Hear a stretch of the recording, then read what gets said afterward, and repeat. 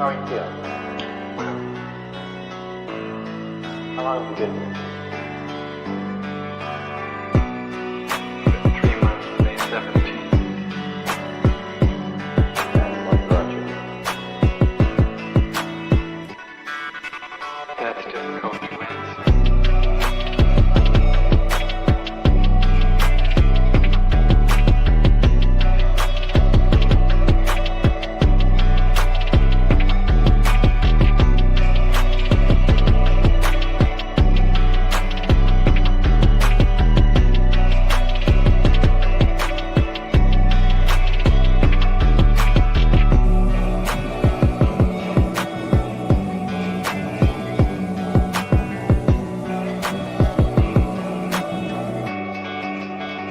Some idea.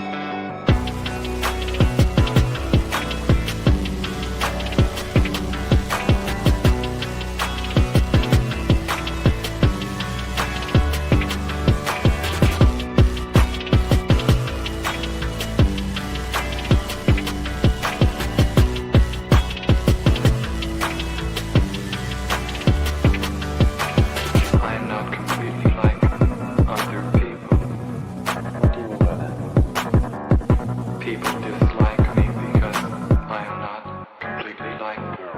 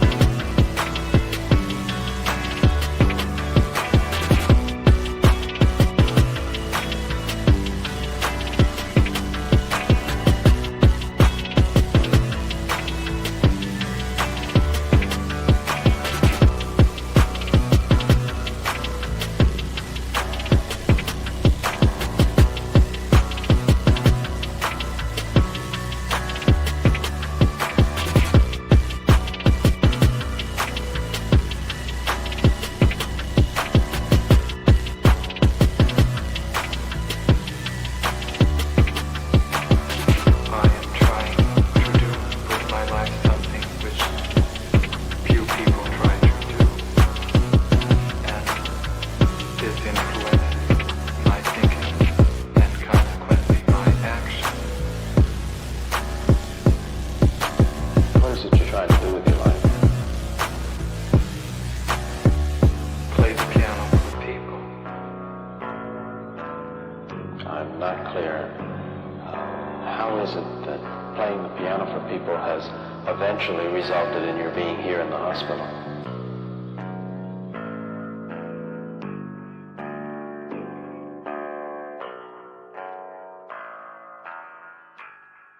That's difficult to answer.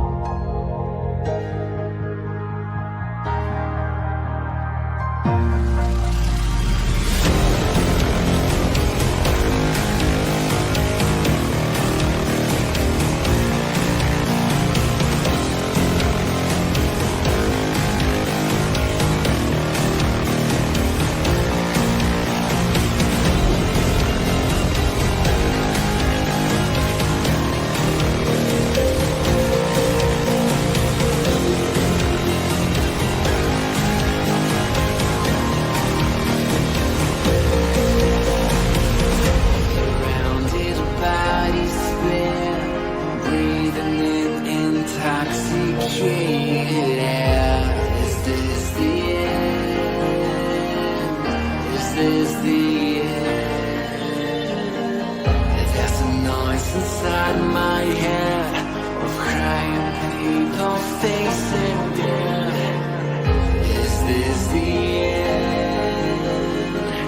Is this the end? Oh, I'm burning in the stone pit.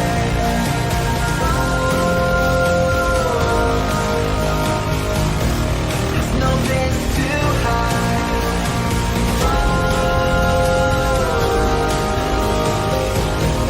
I'm burning in the stone pit.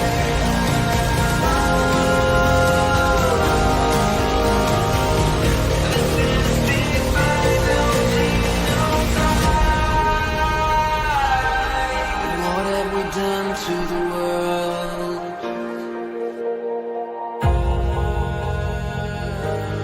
What have we done to the world?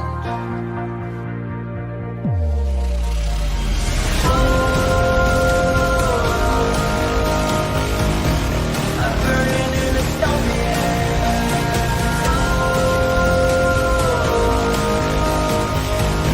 There's no place to hide.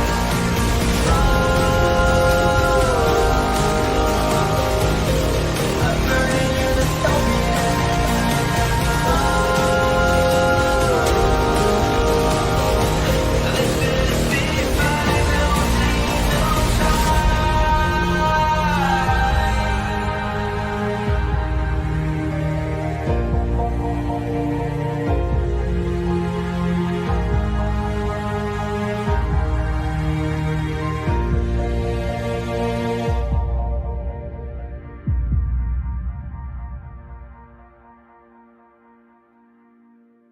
Who the fuck is Karlyn? She's just some sweet lady. She's like in a knitting. She does like a knitting stream. She's like a knitting YouTuber. She does knitting. Can we grow up a little bit and Alt not Girl be sent retarded? $200. Have you Please. seen the work of Karlyn Borysenko? Anti-commie cult leader and is obsessed with looking at what actual far-left communists are talking about and organizing today, infiltrating them. They infiltrated the universities, schools, media. She has the receipts to back it up. Primary source evidence. Infestation is dire and she calls Republicans idiots eating slop. Agree. Thank you for the big super chat. Yeah, oh, I know Karlyn B. She's solid. She's funny. I The like great her. noticer sent $200. Literally, So not it's, Ian. it's not because I haven't dangled my junk into the combat zone on purpose to get some camera footage, but that's the big part of what's the Is that problem. what you call reporters? Go and live under if streaming? you're going to do it. Yeah, go seriously. undercover. Otherwise, you're wearing a hunk of meat in a lion's den. Nick Shirley, I love you. Take care of yourself, man. Karlyn Borysenko went undercover. Do stuff like that. Like if you want to expose this thing, don't pariah, But please. Ian, here's and I agree with you to an extent.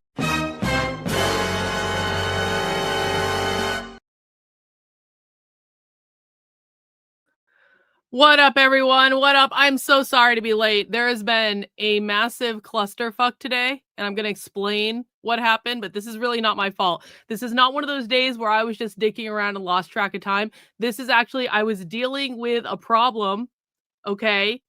I was dealing with a problem. I'm going to explain what that problem was. And then we're going to go back and we're going to do the actual stuff we want to do. Hey, thanks, Julie B, for becoming a member of the channel. I really appreciate it. Thank you so much for supporting the work I'm doing, covering the far left in America. Although today it really seems like I've been spending much more of my time dealing with the right than the left. Yes, we are in the middle of forget the comrade war against Andy No, which we will be doing. But the war against Andy No is more of a long-term thing. That's more of a long-term debunking takedown. That's not something that gets over in a weekend. Okay, we were at war with James Lindsay for a year and a half. Like the Andy No war is long-term. Right now, we are in the retard war of 2025. We are in the retard war of 2025. And I got to tell you guys, I have never been so vindicated on gatekeeping this community. I have never been so vindicated. Hang on, I'm going to cough. I'm still sick. And now some of you understand. You know, when people first join the community, sometimes they're a little confused. They're like, Karlyn, why do you call people retards, Karlyn? That's really unfair. And I say, well, hang out for a second. Just hang out and you'll understand why I call these people retards. Just hang out, because it'll take about 30 seconds before you see the epic amount of retardation that I have to deal with on a daily fucking basis. And the retardation that I have to deal with always comes from the right. It never comes from the left. Again, people are confused. They say, yeah, see, Donnie Girl gets it. Donnie Girl's been around. Donnie Girl's been paying attention. If you hang around my community for more than like a week or two, you will absolutely be on the no retard bandwagon. You will understand why it is critically important that we are building a massive fucking wall around this community, and only smart people are getting in. You have to take an IQ test at the door. The IQ test will be whatever I deem it to be. And if you don't pass the IQ test, I'm sorry, you are not welcome. We cannot have Retardia invade our community. Retardia is at the gates right now, guys. Retardia is literally trying to invade my Discord right now. They're not going to do it, and it's not actually that big of a problem. We're going to talk about that. But like, Retardia is banging on the gates, and they're demanding to get into my community. And it's up to all of us at the same time. We have to hold the line. We have to say, no, Retardia, no. You can take over every other part of the fucking internet. You are not taking over my community. This is the last bastion of sanity that exists on the fucking internet. And you guys are all about to understand why I have the policies I do. It's not just because I'm being mean. It's not. This community will be destroyed if we allow the retards in. So let me tell you about what we're going to do today, and then I'm going to tell you about the problem that I've been dealing with for the basically all day long. Now, I'm actually really excited about the stream today. This was going to be a spy stream last week. I actually had access to the private meeting where this was presented, but I was sick and I had other stuff to do, so we didn't do it as a spy stream. But there was a lecture at a City University of New York college last week. That's what CUNY is. CUNY is the City University of New York, taxpayer funded. There was a lecture last week called Beyond Binaries. Dr. Magnus Hirschfeld, the German Jewish queer rights activist who took on the Nazis. Now listen, I've talked on many occasions about how I feel pretty strongly that we need to bring back book burnings. I really do believe that. I think we need to bring back book burnings. I think we need to have a big old fucking bonfire. I think we need to burn all queer materials. I think we need to ban the publication of queer materials, because it is queer materials and queer ideology that is just screwing up the heads of the youngest among us, and they're teaching kids that gender isn't real. And once you teach kids that gender isn't real, that has been a fast track to destroying the nuclear family, which is what they want to do. When they're saying beyond binaries in the title of this presentation, they're saying beyond the gender binary. The gender binary, of course, means men and women. The gender binary means the social constructs created by capitalism, in which men get put in the workplace, have all the power and all the money. Women get put in the home doing the unpaid labor of having and raising the next generation of proletarian workers in the nuclear family. That is also called the patriarchy. Okay? So, listen, of course the Nazis made many mistakes. The Nazis were not good. Hitler was the worst person that ever lived. Hitler is burning in hell. No one has ever been worse than Hitler. No less than 10 million Jews died in the Holocaust, and all this stuff. And I'm not disputing any of those facts. Those are, of course, facts. And we are not allowed to question facts. But what I will say is, yeah, we love bagels here. Yeah. What I will say is that sometimes even the worst possible people in the world get things right. And if people remember those famous pictures of book burnings that took place during this time period, it was Magnus Hirschfeld's Institute of Sexology, Sex Research, whatever the fuck. It was his books they were burning. It wasn't as though, and again, obviously Hitler and the Nazis, the worst thing that's ever happened in the history of the world. We should never bring back that time period. We must always remember. Everyone go to a Holocaust museum. I don't want anyone to think I'm no anti-Semitism allowed. But I'm just saying that when the Nazis were burning books, it was the queer books they were burning. It was specifically the books of the German Jewish queer rights activist. Okay. So I'm actually kind of like really looking forward to watching this college lecture about the German Jewish queer rights activist. I think this is going to be fucking hilarious. And I think we're obviously going to learn a lot about how evil the Nazis were and Hitler and all that stuff. And I just think it's going to be funny. Okay. I've been looking forward to this. I was so excited to get this recording. I was like, everyone's going to love this, man. It's going to be awesome. So that's actually what we're doing today. That's actually what we're doing. That was actually just the plan for the stream today, was to watch this lecture and to hang out and to learn about the German Jewish queer rights activists. It's going to be good. However, I have been dealing with a metric fuck ton of a problem. I'm going to explain what that problem is. Okay. So you guys know on Monday, we were watching Tommy's stream. And Tommy and one of Tommy's friends said something about going to buy paintball guns or whatever the fuck. And I jokingly posted on Twitter, breaking news, Tommy is going to buy a paintball gun to bring it down to ice. Now, Tommy actually really did say that, and the clip of the stream will vindicate me on that, but Tommy feels as though he was taken out of context. I don't feel as though Tommy was taken out of context. But you know what? Tommy may have had different intentions in his head than what came out, because sometimes people misspeak and it's just the way it goes. I also wasn't actually being 100% serious when I made my post, because I was just joking around and fucking around, as people are prone to do on the internet. Well, Tommy right now is surrounded by a lot of people who are in his ear. And I've been concerned about this for a while. I'm not the only one who's concerned about this. And I say this with all due respect, because I actually really do like Tommy. Just on a personal level, I think Tommy's a good guy. I don't want to be an enemy of Tommy. I actually just like personally don't. I think he's a nice guy, and I think he's having a great time down at the ice facility. I think he's doing his thing. But there has been a community that has been built up around Tommy that is filled with retarded people. There's a lot of retards supporting Tommy, guys. I'm not saying everyone who supports Tommy is a retard, but what I am saying is that there are a lot of very, very, very, very, very, very, very, very, very, very stupid people who are supporting Tommy.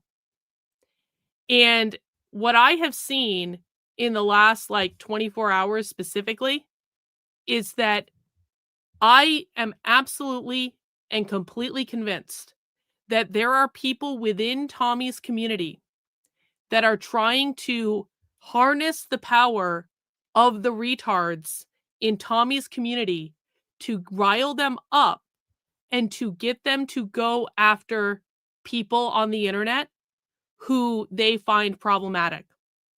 The reason I say this is I woke up this morning and I had a massive shit show of a mess in my replies on Twitter, because Tommy was upset that I posted what he said on his live stream. And I said, Tommy, you said it on your live stream, bro. Listen, at the end of the day, my job is to tell the truth. If you say something on a live stream, you said it on a live stream, and it's just the way it goes, right? Again, I have no personal beef with Tommy, but if you say something in public, you say it in public, and it's just the way it goes. And he's more than welcome to clarify and had his perspective. Fine, whatever. But Tommy's retard followers were in my replies for hours today. Hours. Calling me secret Antifa, threatening me, saying I did things I didn't do, just saying the most outlandish retard shit. But something interesting happened when I was in the midst of this absolute retardation. I started to notice something about the replies. And some of the replies that were ending up in my Twitter feed were saying, oddly specifically, exactly the same thing. Let me give you an example of this. So this person replied to me, Are you sure? So I basically said, like, I'm one of the most successful independent journalists in the country for covering the far left, which is actually true, by the way. Like, you guys have, Tommy's audience doesn't understand this, by the way. Tommy's audience thinks that the only thing that I've ever done on the internet is stream Tommy. That's just not true. And I think that anyone who wants to head over to decodetheleft.com/about, if you want to learn about my history, if you want to learn about my work, if you want to see a sample of what I've done that people mostly don't know about because they're retarded and they don't pay attention, you can go and see my history. I've been doing this a long fucking time. I've been around for over almost 6 years now. I've been around for over 5 fucking years. I was here before Tommy, and I will be here after Tommy. And yes, this is a fucking flex. I am one of the longest running completely fucking independent journalists covering the far left in America. That's just fact, guys. I don't work for any organization. I don't have anyone paying my bills. I am completely 100% independently funded, and I am one of the longest running completely independently funded people covering the far left in the country. And I've broken more stories about the far left and have gone undercover with the far left more than literally almost anyone. That's just reality. And yeah, I'm flexing right now. So I said that today. I had all of Tommy's retard followers in my stream, and Tommy's retard followers are going, "You're just a grifter and you're going to go away now. And baby, why don't you just delete your account?" I was like, you guys showed up 15 fucking minutes ago. I've been around. You got to try harder than that, man. I have had people trying to destroy my work for years and years and years and years and years. You gotta try a little harder than that.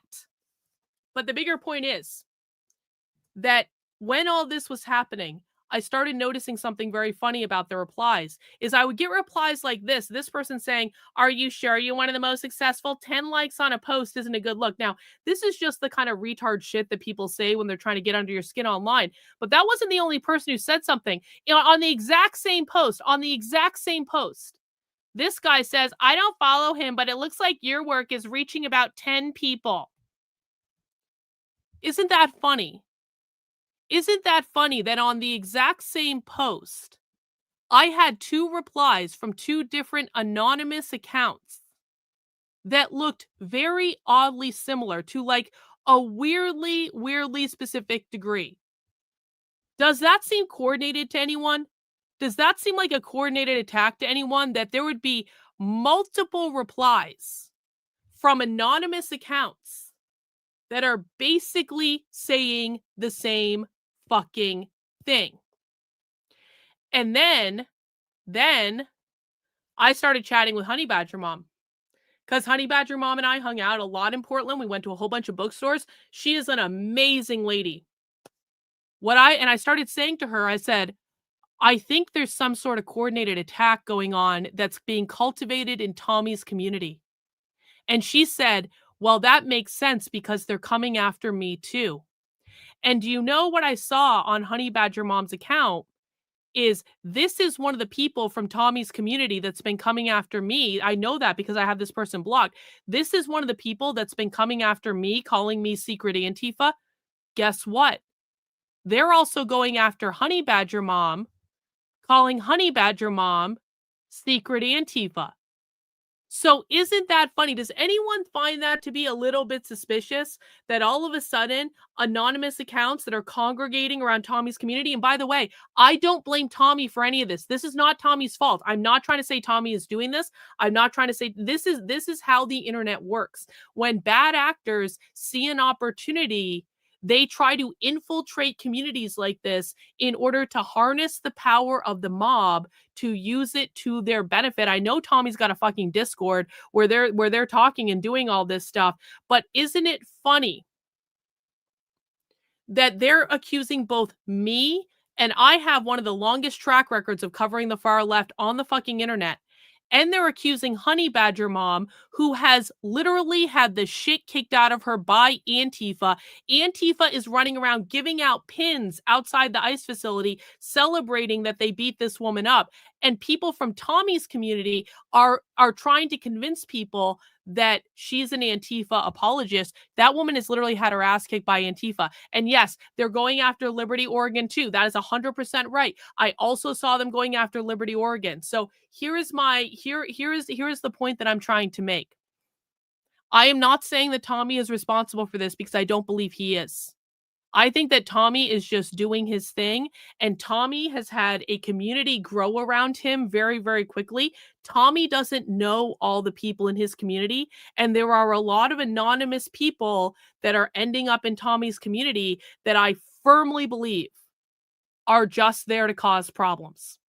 So while I am rather annoyed about how Tommy handled the situation this morning, I think he could have reached out to me privately. I think we could have just had a private conversation rather than him posting on the internet and riling up a mob against me. The fact of the matter is that as soon as I'm actually kind of glad this happened, honestly, because it allowed me to see the coordinated responses that are coming out of Tommy's community that I otherwise wouldn't have seen. And once I started seeing the coordinated responses, and once I started seeing them attack Honey Badger Mob, and once I started seeing them attack Liberty, Oregon, I was like, okay, now I know what's happening. And I immediately got in the DMs to Tommy and I said, Tommy, I don't want any beef with you, but you need to understand that your community is being infiltrated right now. And there are bad actors around you that are trying to rile people up to use your community against people who are covering this problem.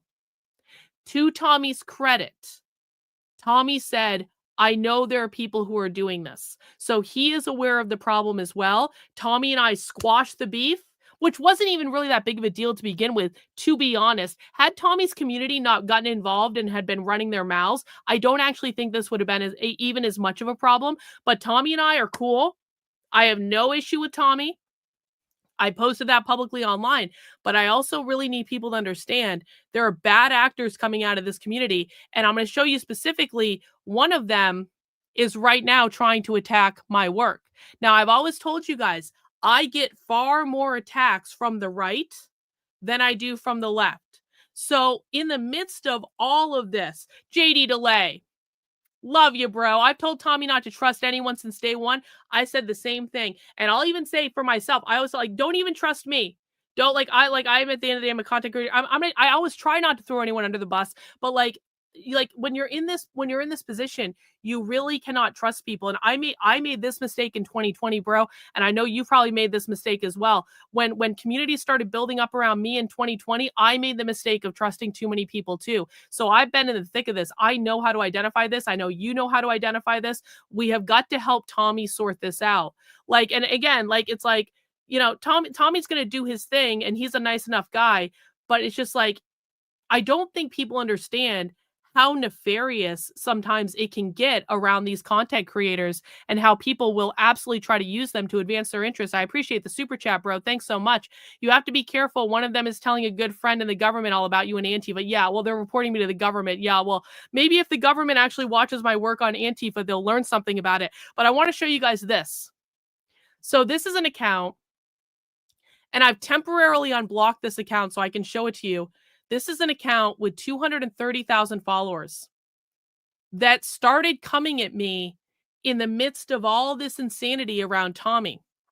And so this person, who I have literally never heard of before, is trying to take advantage of the situation with Tommy. And I just want to show you guys, again, the language is oddly specific. This person, again, 230,000 Twitter followers. I have no idea who this person is. This is a leftist who has infiltrated the right for money. Make no mistake, the rat is here for a payday. Well, the evidence doesn't bear that out. But what was interesting to me is this. She is basically the Jew who would rat out the other Jews during the Holocaust. Isn't that interesting?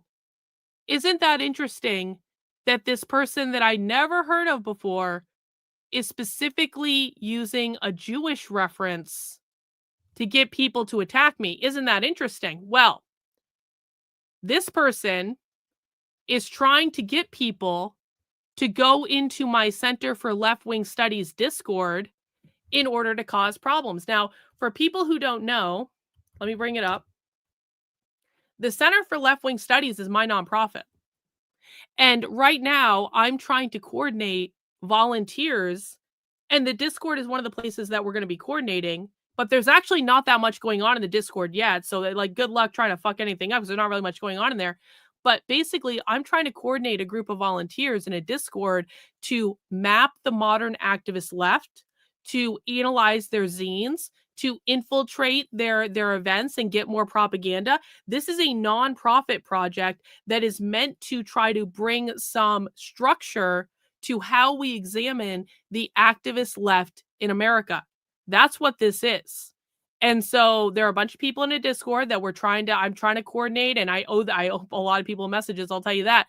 But this person now, again, 230,000 followers on Twitter, is telling people I've got a Discord honeypot and trying to get his followers to get into the Center for Left-Wing Studies Discord and cause problems. Now, again, there's not really many problems they're going to be able to cause because there's not that much in the Discord right now. And also, there are many different membership levels in the Discord that this asshole doesn't know about, where you don't even get access to like the actual part of the Discord until I vet your ass.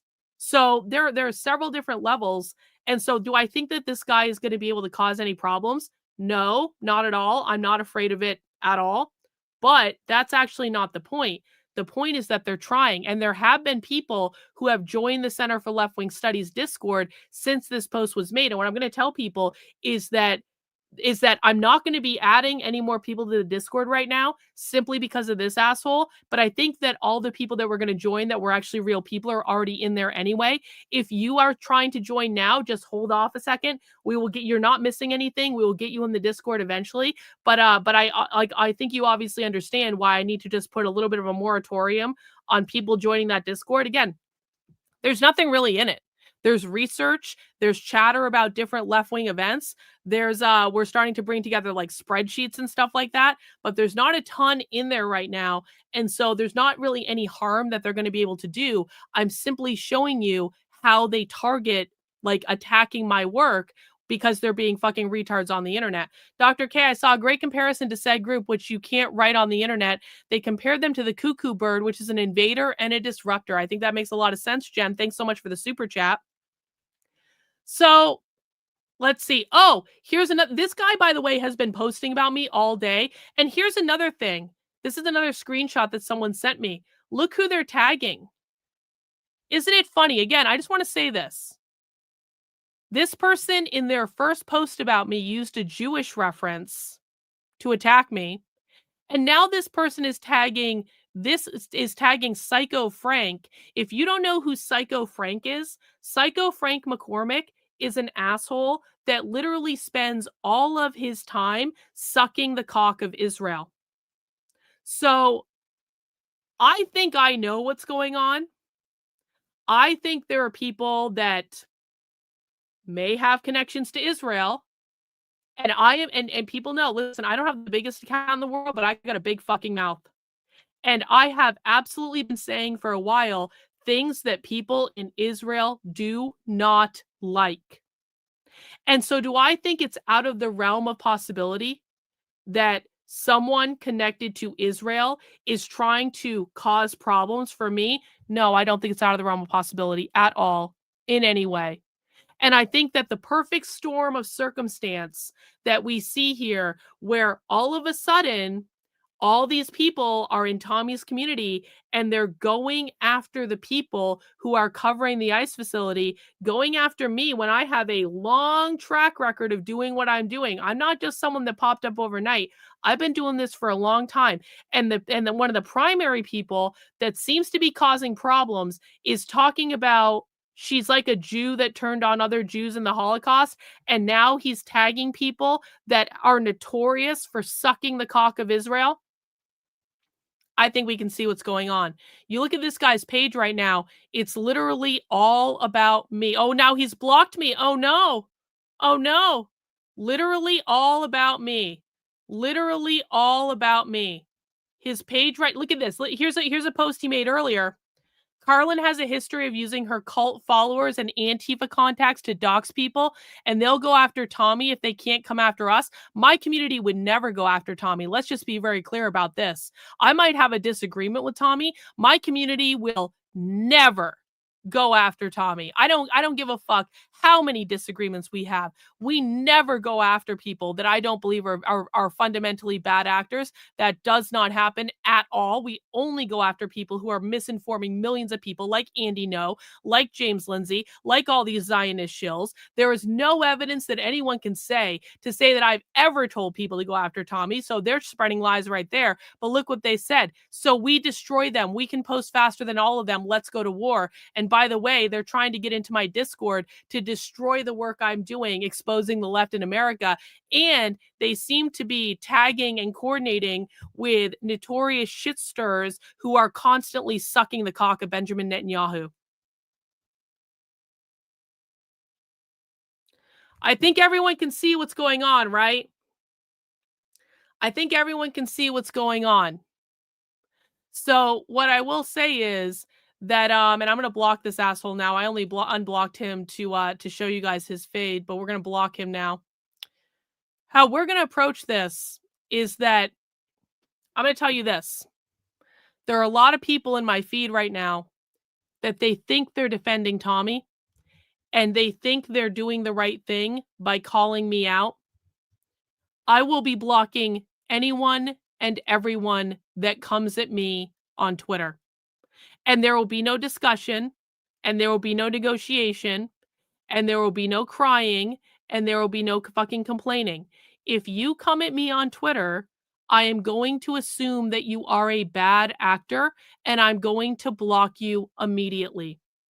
And I'm not going to unblock you later if you were just having feelings in a moment and you said stuff you didn't mean and you want to take it back. No.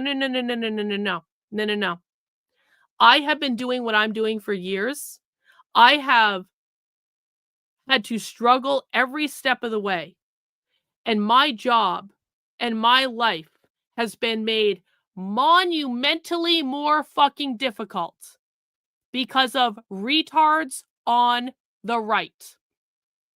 If I could wave a magic wand and get rid of every retarded person on the right that has tried to destroy my work over the last several years, I would be so much further ahead right now. You guys have no fucking idea.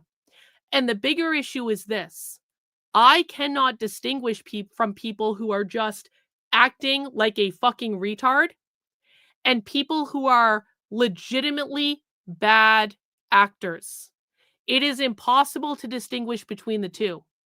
So if I don't know you and you haven't been around my community for a very long time, because most people in my community right now are new, okay?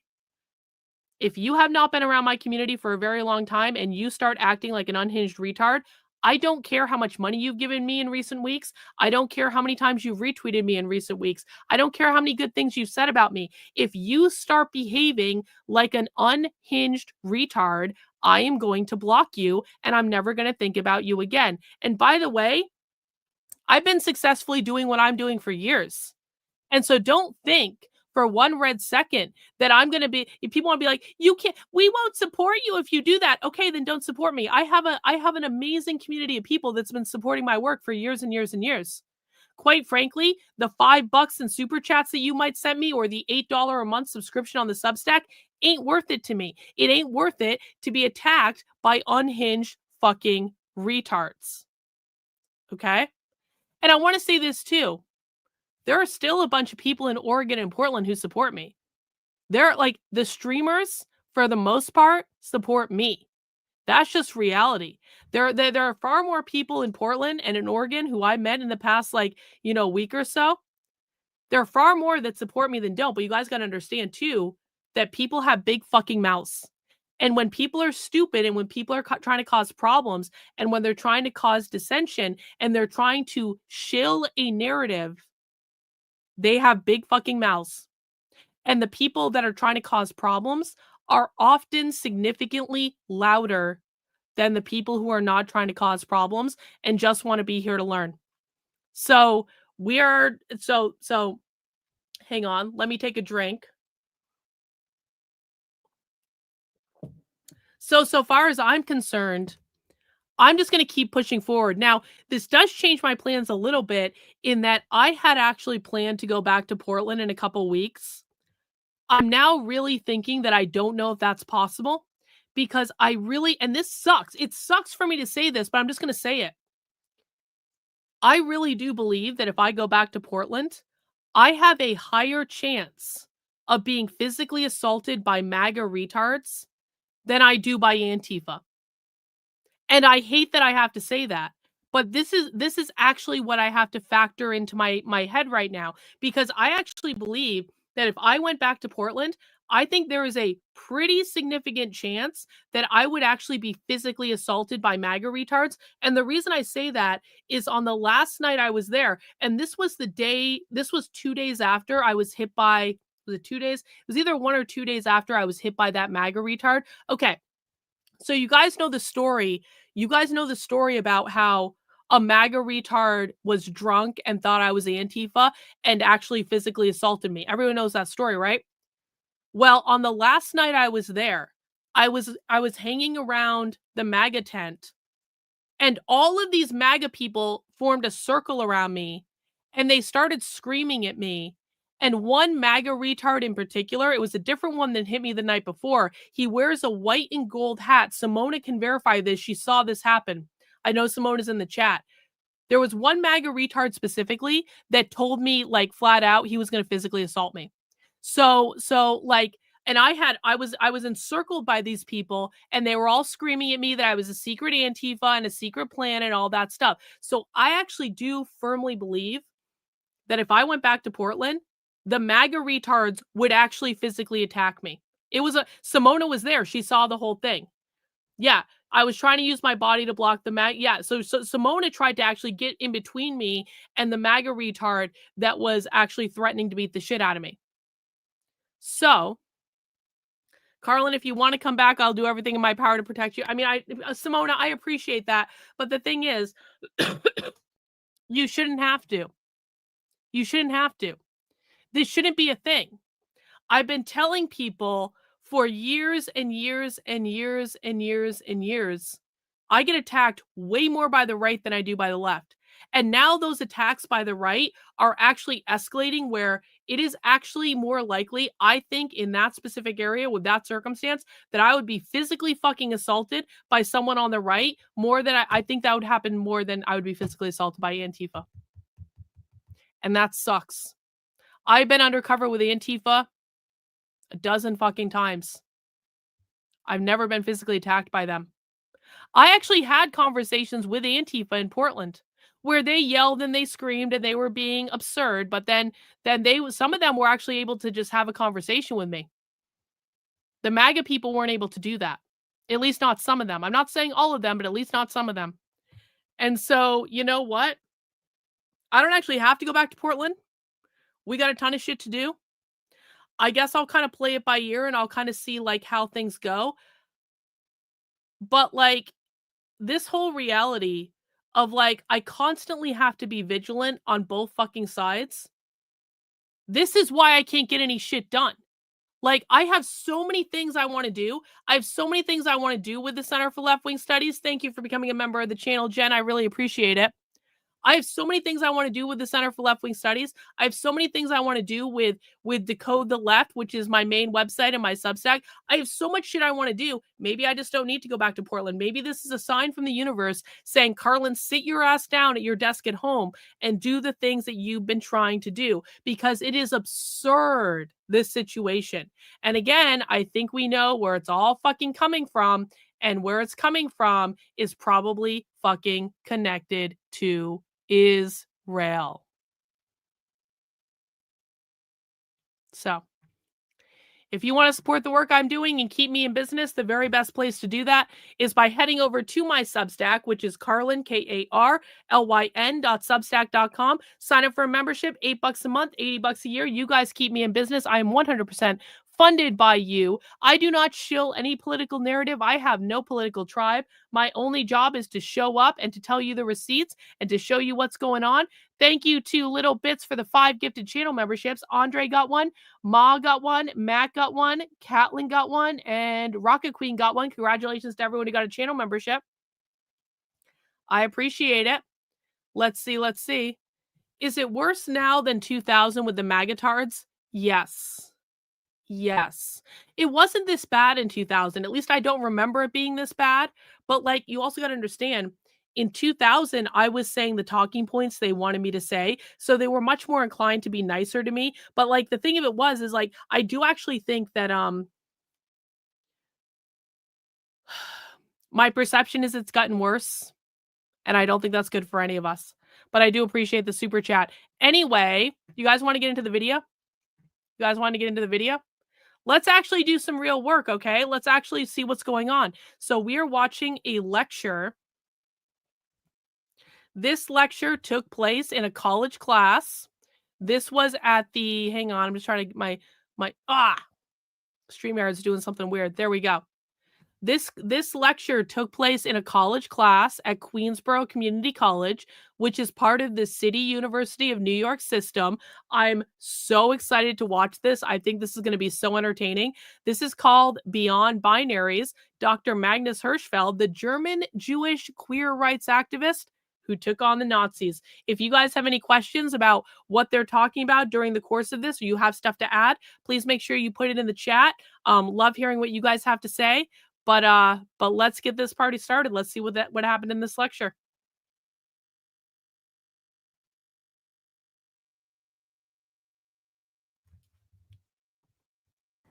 Welcome, everyone. My name is Dr. Laura Cohen. I'm the Executive Director of the Harriet and Kenneth Kupferberg Holocaust Center at Queensborough Community College at the City University of New York here in Bayside, Queens.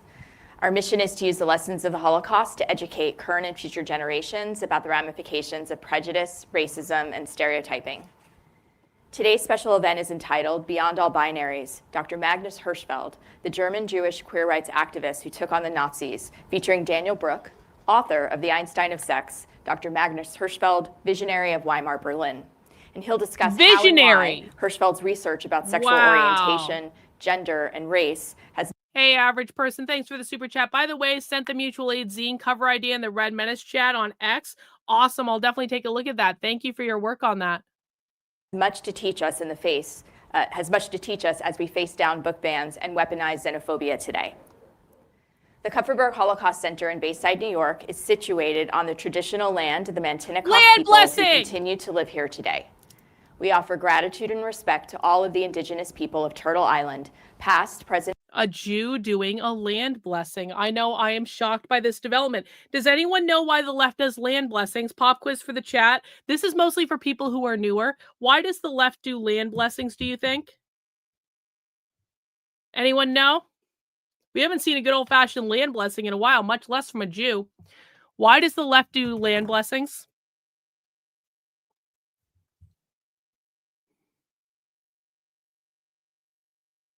What do you guys think? Why does the left do land blessings?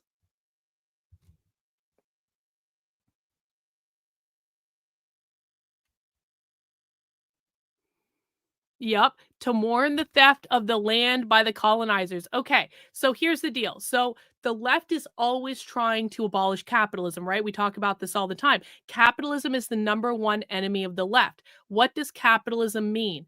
Capitalism means private property ownership. Okay, so when the left is talking about colonization or colonialism, what they're talking about is the evil oppressors stealing the land from the indigenous people and privatizing it under the oppressive force of capitalism.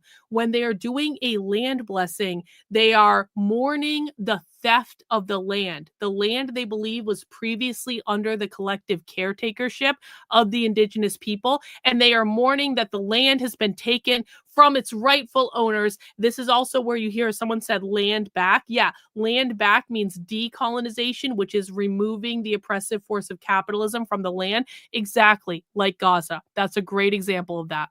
And that's why the left supports Gaza over Israel. Has nothing to do with Jews, has nothing to do with Muslims. It has to do with Israel being the settler colonists who stole the land from the Palestinians. And then they believe that the Palestinians are in a glorious uprising to decolonize the land and take it back. Hope that makes sense. And future, including the Lenape and Shinnecock peoples. What I just read is what we call a land acknowledgement. This is a statement recognizing that the land we all occupy in the course of our daily lives, including our schools, jobs, parks, and homes, as well as the names of towns and roads, was first inhabited by another group of people who were forcibly expelled and murdered. Oh! Today we identify those crimes for what they are, mass atrocities and genocide. These horrors can continue to have genocide, political, you say. social, economic, and environmental impacts upon and within Native American and Indigenous communities. Today's event is part of a special collaboration between the KHC and Queensborough Community College's LGBTQI+ Consortium, the English Department, the Communication, Theater, and Media Production Department, and the Pride Center.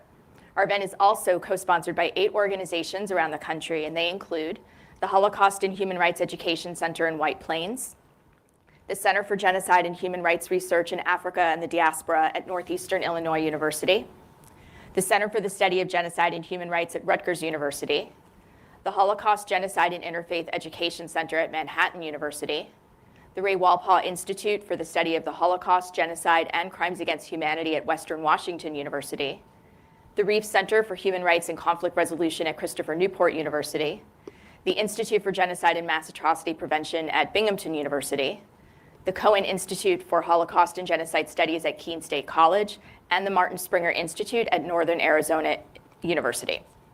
I'd like to thank Lamar Green, coordinator of QCC's Pride Center, Julian Jimenez, professor and chairperson of Queensborough's Communication, Theater, and Media Production Department, Danny Sexton, associate professor of English at QCC, Phil Roncaroni, Jesse Pina, and Mahir Hossein from the Media Services and Transformation Department, and Barana Soman, the KHC's museum coordinator. Finally, before I pass it along, a few notes. And the first is a reminder for those of you attending in person to please turn your phones off. Second, after the presentation, we'll host a brief Q&A. For those of you watching online, please drop your questions in the Q&A button at the bottom of your screen. And we'll also pass the mic around for those of you attending in person if you have any questions. And third, for those of you online in the chat, we'll have a copy of a flyer for Daniel Brooks' book that you can purchase at a discount. And for those of you here in person, we also have copies available on a first-come, first-served basis. So now that I've said all those things, it's my great pleasure to welcome my colleague, Lamar Green, coordinator of QCC's Pride Center.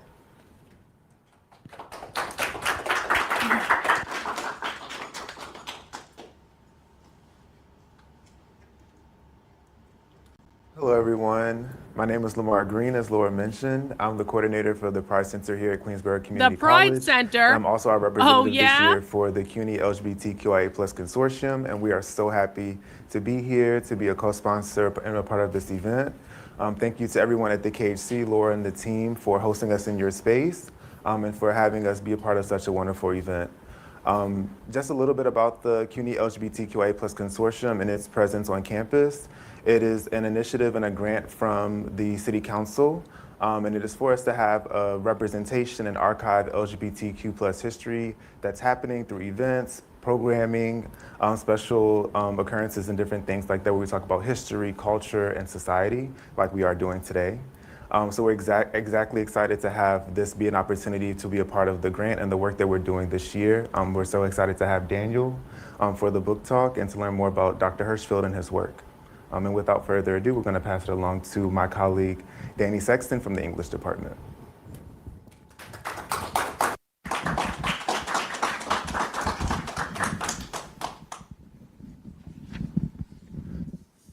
Thank you, Lamar. I'm here to introduce our speaker, Daniel Brooks, who was born in Brooklyn, raised on Long Island, educated at Yale, and lives in New Orleans.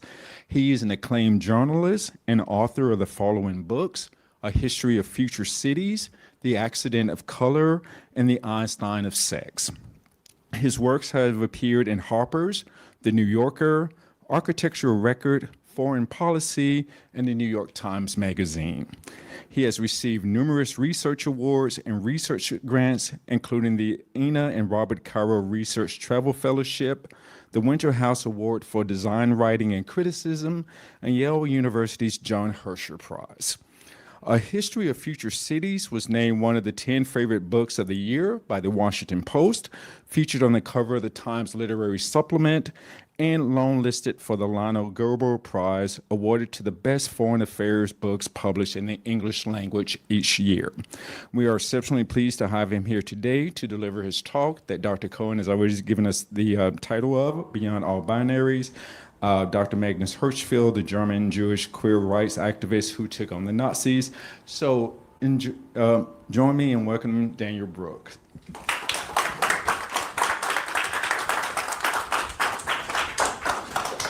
Thank you so much, Danny, for that very generous introduction. Thank you, Lamar, for co-hosting this event, and Dr. Laura for hosting it. It's very meaningful for me in particular to be here today. I was first on this campus as a teenager. Before this center existed, there was the precursor of it, which was essentially in the library basement. And I was a Jewish teenager growing up on Long Island and got some of my first Holocaust education in that library basement. It's such an honor to come back here now as a Holocaust educator myself. Today I'm going to do something unconventional. I'm not going to read at you very much, maybe a little bit. Instead, I'm going to give you a visual introduction to the life and thought of Dr. Magnus Hirschfeld that elucidates his core idea beyond all binaries, where others were looking at the world's human populations and seeing divisions of us and them on the basis of sexual orientation, gender, and race. He saw humanity as a seamless continuum. Now begin explaining how that goes through my visual presentation. I imagine many of us are familiar with this book banning, burnings. It's one of the most awful and traumatic of the 20th century. It's the Nazi book burning in the heart of Berlin. But what we might not know, and what I didn't know until I began this research project, was whose books were being burned. Magnus Hirschfeld. So you can see the image at the right of the screen. Those are Hitler Youth opening a book by Magnus Hirschfeld to the frontispiece where his portrait takes place. Queer books were being burned. Exactly. The Nazi book burning involved Magnus Hirschfeld's bust on a pike. This was seized from his Institute for Sexual Science. Oh, man. Can we put Judith Butler's head on a pike? No, we shouldn't do that. No, it's a horrible idea. I disavow myself. We should definitely not do that. We should only do that with someone who's dead. Can we put Michel Foucault's head on a pike? Because, like, I don't want anyone to accuse me of trying to kill Judith Butler. I don't want to kill Judith Butler. I want Judith Butler to just shut the fuck up. But I don't want to kill her. I don't wish her any bodily harm. But Michel Foucault's already dead. So can we put Foucault's head on a pike? Because, like, he's already dead. No one can accuse me of wanting to enact violence on someone who's already dead.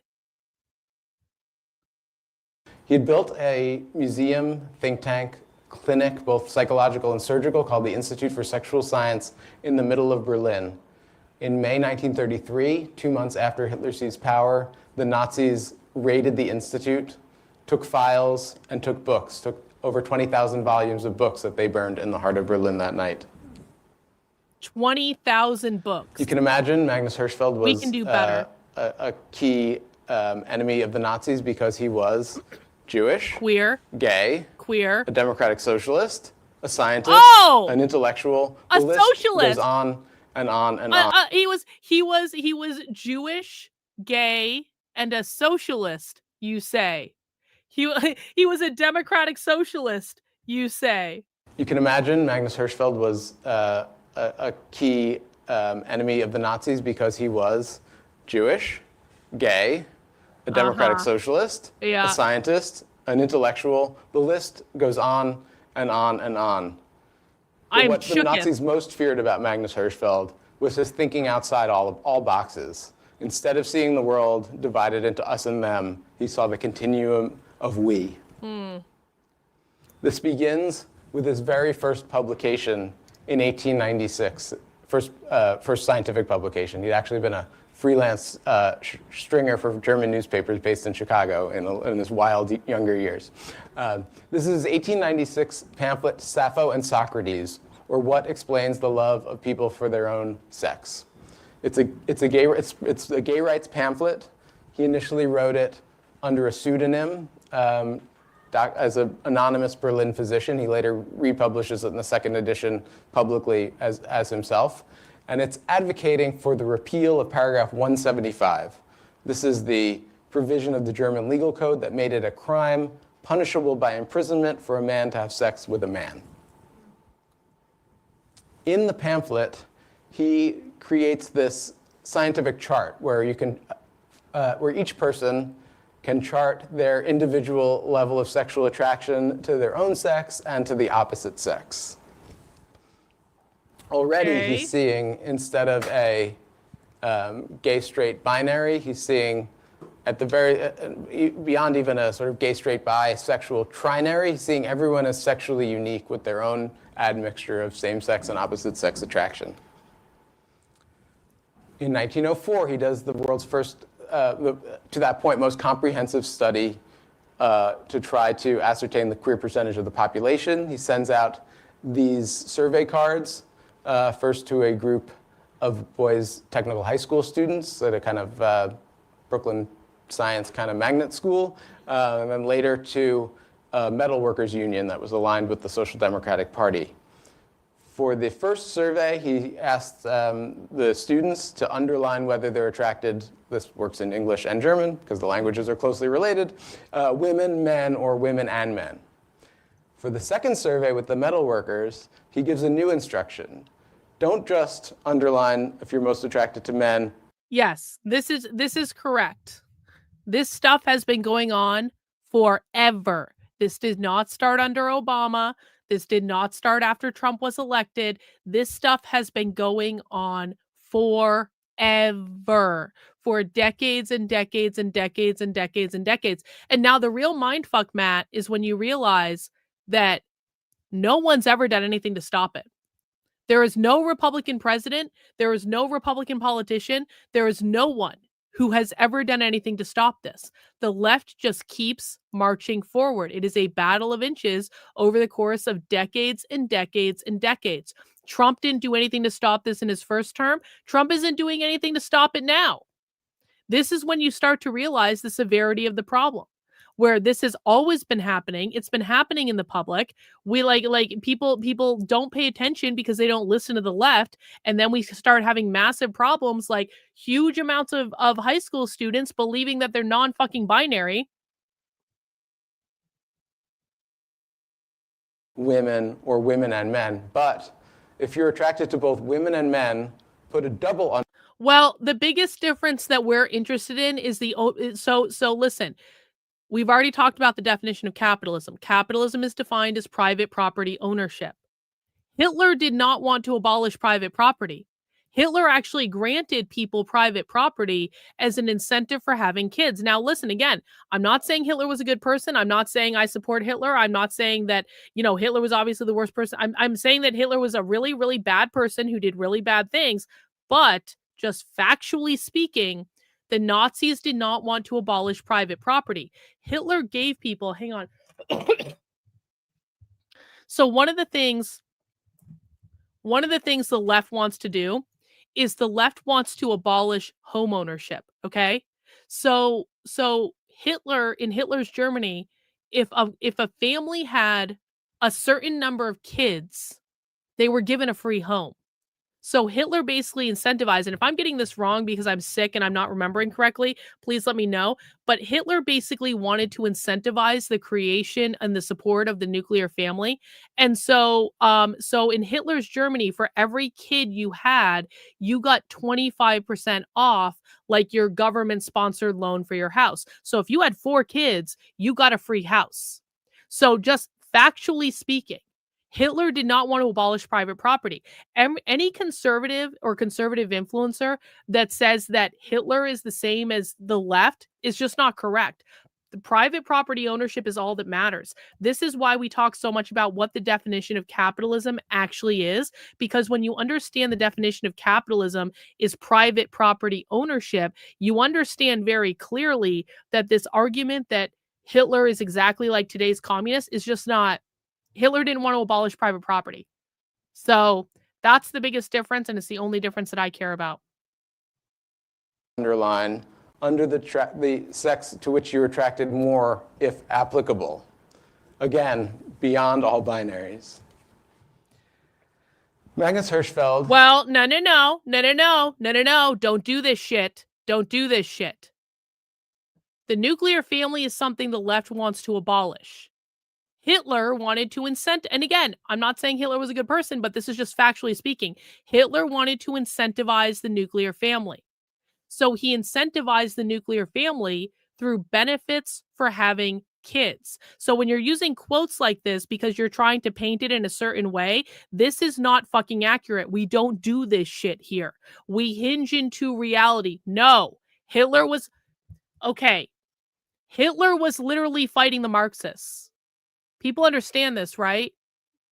Hitler was fighting the Marxists.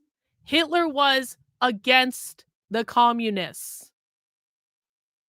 Does everyone need a history lesson? I'm sick. I can't do a history lesson right now.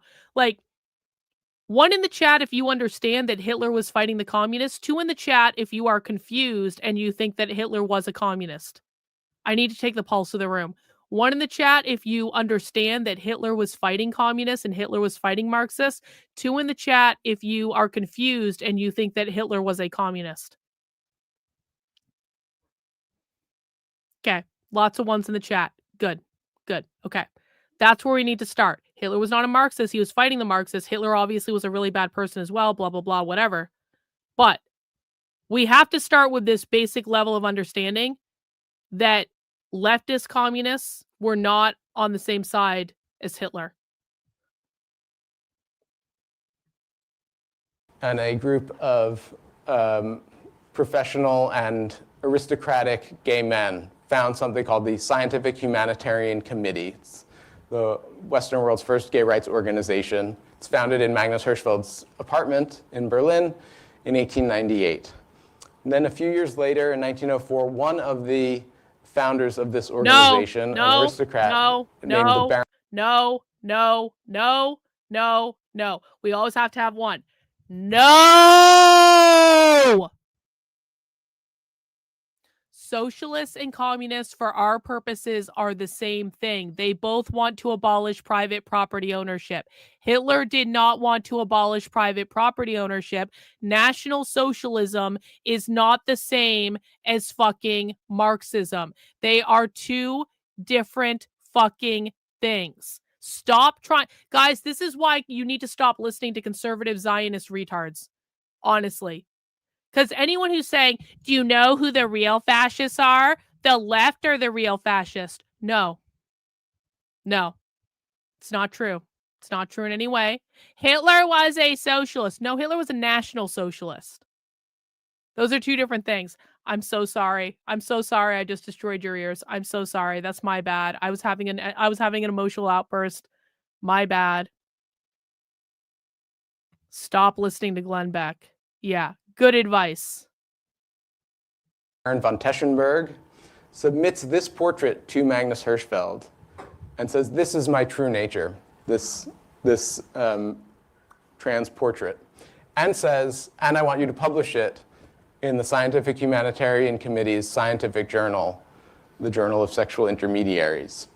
So what had begun as a campaign of gay men to change the paragraph 175 law had become something different. Baron von Teschenberg was not a gay man. Baron von Teschenberg was trans. This spurs Magnus Hirschfeld to begin counseling trans patients. From the very start of his, after his medical training and this brief interlude as a journalist in the United States, he opens up a medical practice. His father had been a doctor, his brothers were doctors. His father had been an obstetrician, his late father. So Magnus Hirschfeld actually hangs his late father's sign, Dr. Hirschfeld, obstetrician, in front of his practice. Now, Magnus Hirschfeld was not an obstetrician. Magnus Hirschfeld did not deliver babies, but he thought by identifying with obstetrics, he could signal very quietly that his medical practice was one that would deal with sexual matters. And soon, a parade of queer patients are beating a path to his door. Many are closeted gay men who are terrified of paragraph 175, which opens up all kinds of possibilities for blackmail. Some are lesbians, and he's guiding them all towards self-acceptance. When they ask him what they need to be fixed, he says, oh, maybe a boyfriend or a girlfriend. Oh, and by the way, did you know that this bar by the harbor on Wednesday nights after 10 p.m. might be a place where a young woman like you might be able to find a girlfriend? So he's counseling them towards self-acceptance. And as he encounters more queer patients and more trans patients, he begins to amass case studies, and he puts out this work. The transvestites is the title, not a word we would use today. He coins this word, but it's a study of 18 case studies of trans individuals, 17 of whom had been assigned male at birth, one of whom had been assigned female at birth, and their story is really fantastic. It involves circumnavigating the globe on a Norwegian whaling ship and all kinds of antics. Ends up in Berlin.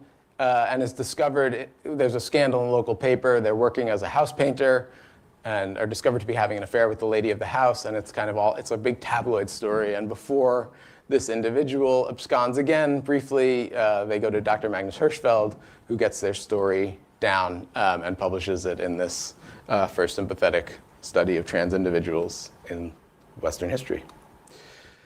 In the book, in the Die Transvestiten, yo, boobs! Hirschfeld argues that masculinity and femininity can express themselves in so many different ways in a human being. The physical, the social, the emotional, and that when you actually look at each individual human's gender expression in each of the different facets, you get over 43 million possibilities. Oh, great. There are 43 million different admixtures of masculinity and femininity that can exist in any given human. And he has an artist friend of his create this portrait of the absolute man and the absolute woman. So 1 out of every 43 million humans is masculine in every aspect of his physicality and personality, and it's this bearded fellow. And then 1 out of every 43 million humans is feminine in every aspect of her physicality, sociability. Listen, I know this person has boobs and people might be distracted by that, but this does not look like a very feminine woman. Does this look like a feminine woman? And I say that as someone, I'm not a feminine woman. I think everyone knows that, right? I have much more masculine energy than I do feminine. That's not a feminine woman.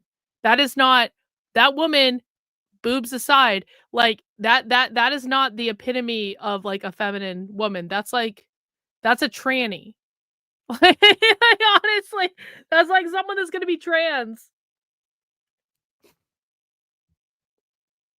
Cultural interests, and that's this blonde lady on your yeah, the guy right, has and everyone boobs else too. is some other mixture of masculinity and femininity. So essentially, in the Northeast Corridor from Boston to Washington, there's one of this guy, there's one of this woman, everyone else is some other mixture of masculinity and femininity, their own unique mixture.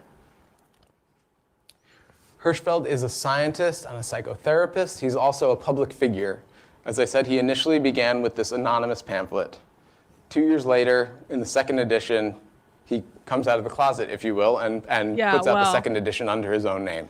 And he Well, I do have my moments, don't I? becomes Germany's leading queer rights activist.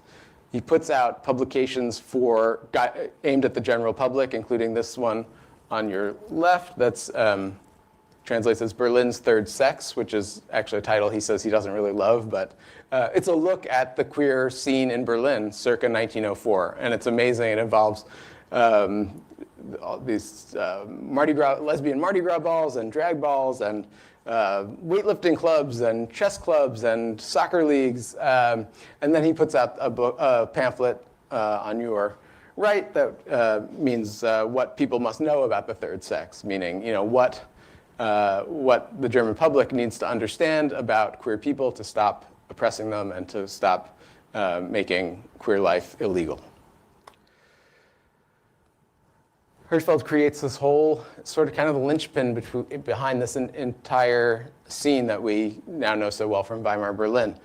This is a portrait of a party held at Hirschfeld's Institute, which is founded in 1919, not coincidentally the year Germany becomes a democracy. He is seated in the glasses on the far right. You can see he's holding hands with Karl Giese, his partner, who's in a dress.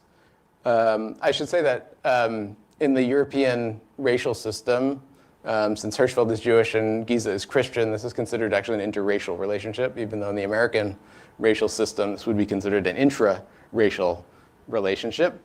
And then at the far left, that's actually Karl's mother. So Hirschfeld has these wonderful passages in a book like, for example, Berlin's Third Sex, where he talks about queer couples and how in Berlin, which has become so progressive, the mothers will often accept the queer partner of their child as a son-in-law or daughter-in-law. He doesn't break the third wall and say, and actually, I have a mother-in-law just like this. He's always trying to create some distance where he can be this kind of impartial man of science, writing about society. But as you read him, knowing the details of his life, you can see how his life is shaping his ideas. This is, as I said, the Institute for Sexual Science. This is, he purchases this right after World War I, when Germany becomes a democracy.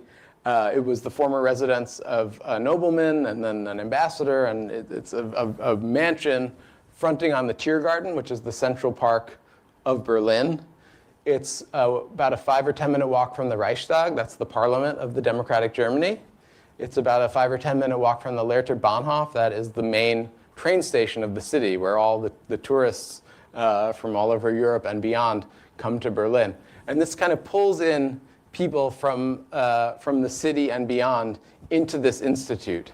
One reason Hirschfeld wanted this Parkside site was in his psychotherapy, he was not like Freud with the couch and the drapery and all of that. He believed in what we could call walk and talk therapy. He thought you would be best unburdening yourself if you're walking around the park with your therapist, Magnus Hirschfeld. So that's why this site appealed to him. Inside there were some of his colleagues did this more, couch, heavy drapery, Freudian type of therapy, including Dr. Felix Abraham, shown here as the head of the trans psychotherapy unit in the institute with one of his patients. This is one of Dr. Abraham's prescription forms. And this is a real prescription form where ordinarily a doctor might write 20 milligrams of amoxicillin twice a day. But this is, on this prescription form that Dr. Abraham has given one of his trans patients, there are 3 items. The first is Paul Riggers. Okay, Paul Riggers is the head of the Trans Club of Berlin. So the first part of the prescription is you need to meet the head of the Trans Club of Berlin and maybe start going to meetings and meet other trans people in Berlin. Wait. And then the second. The Trans Club of Berlin. This was in what? The 1930s? The Trans Club of Berlin in the 30s.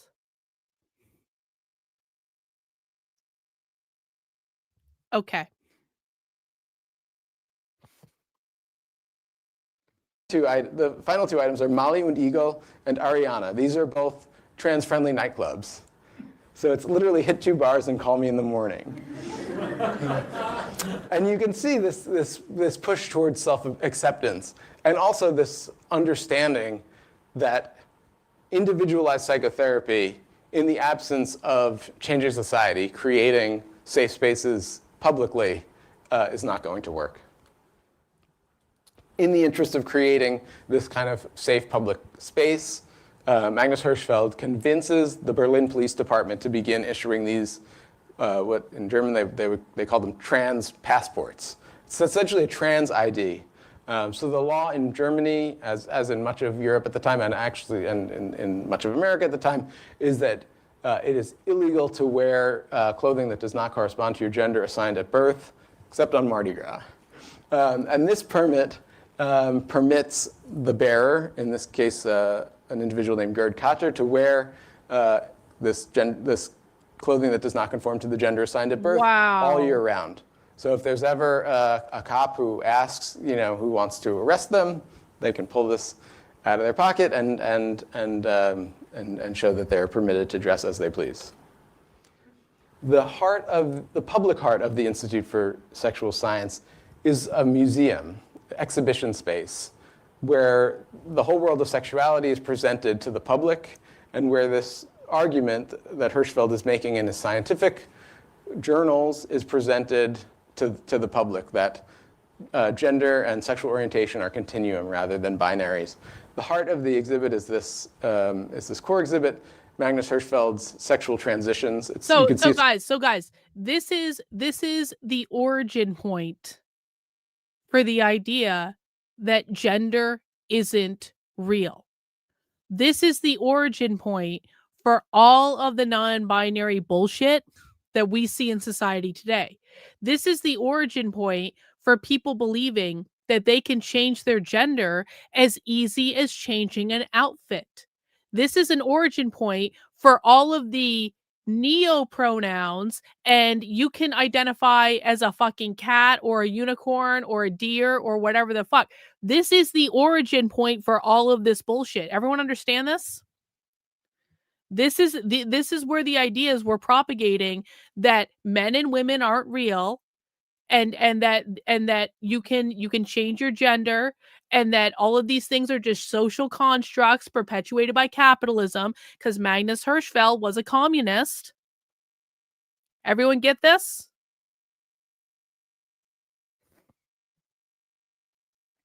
Well, not the Germans. Not the Germans. Magnus Hirschfeld, according to this presentation, was a German Jewish queer rights activist. So it's not fair to blame all the Germans for what one Jewish queer rights activist did. Perhaps, in fact, we should blame the Jewish queer rights activists. Not saying all Jews, I'm saying the Jewish communists and the Jewish queer rights people. Let's be more specific. It's not all the Jews. Not all the Jews are responsible for this, but if you are a Jew and a communist in Germany during this time period, you're probably responsible for this. If you are a Jew and a queer rights activist and probably also a communist in Germany during this time period, we're being more specific about this. There are other qualifiers. It's not just Jewish, it's Jewish and communist or Jewish and queer rights activists. Everyone get it? Yeah, we love bagels, no anti-Semitism allowed, but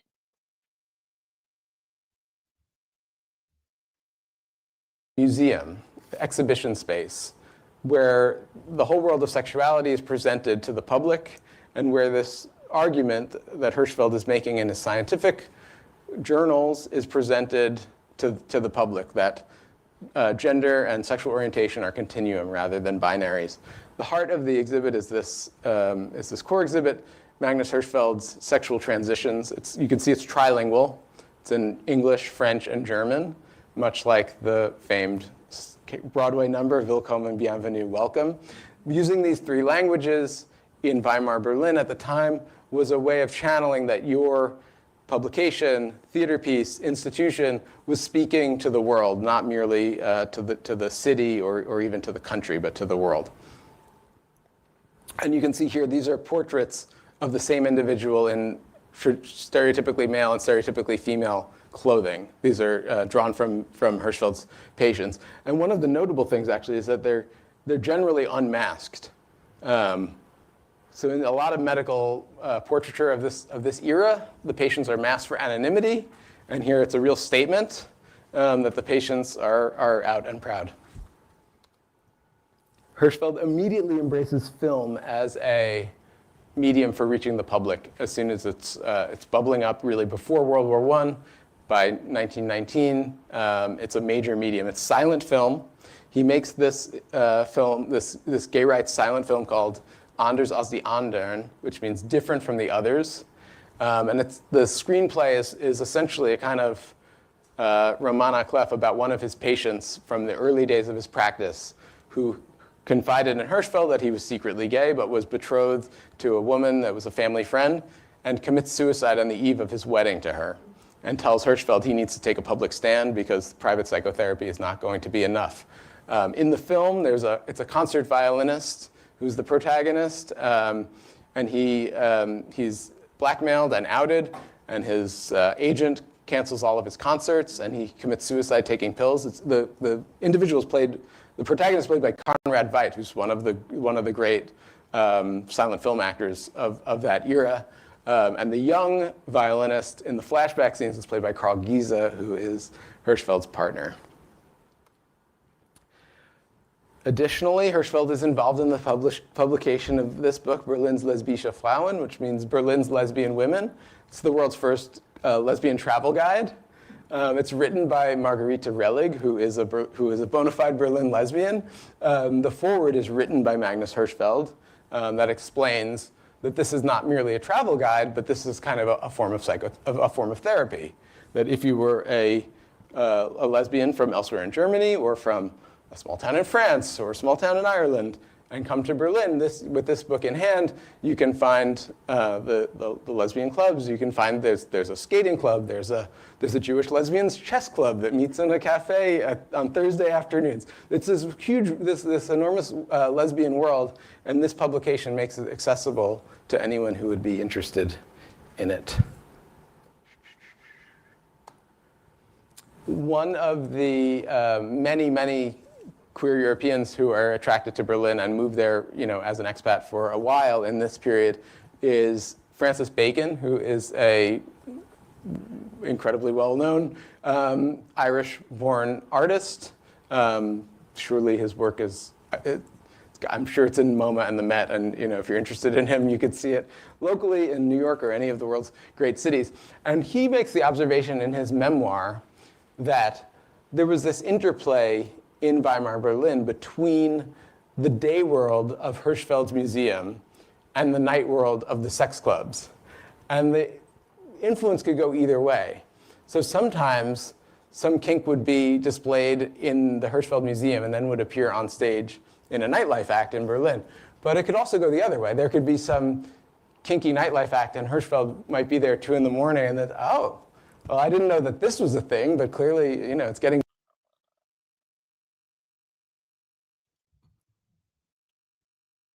That's really fascinating, actually. So you guys know I'm working on a book about queer Marxism right now. And actually, a lot of the things I did on this trip out to the West Coast were because I'm researching this book about queer Marxism. And I found a lot of cool stuff about it. But what this person just said is that sometimes Magnus Hirschfeld, who we can say is like, one of the originators of queer ideology, okay? He would be out at a nightclub and Magnus Hirschfeld would be seeing some kinky shit at a nightclub, and he would take that kinky shit he saw at a nightclub and bring it back into his academic work. It's funny that he said that because one of the premises that I'm trying to build out in the book I'm writing about queer Marxism is that people like Michel Foucault, people like Judith Butler, people like David Halprin, people who are the primary advocates for queer ideology in our world today, I'm trying to make the case that they saw this shit in kinky nightclubs and in subculture scenes and in underground music scenes that they were involved in, and they brought it into their academic work. It didn't start in the colleges.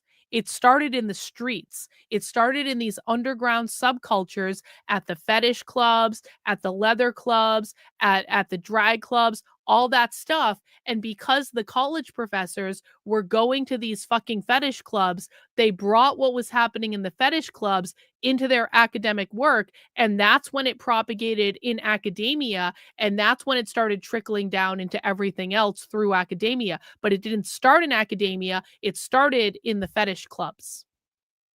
That's the argument I'm trying to make.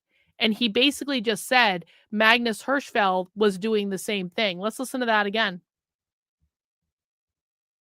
Of Hirschfeld's museum and the night world of the sex clubs. And the influence could go either way. So sometimes some kink would be displayed in the Hirschfeld Museum and then would appear on stage in a nightlife act in Berlin.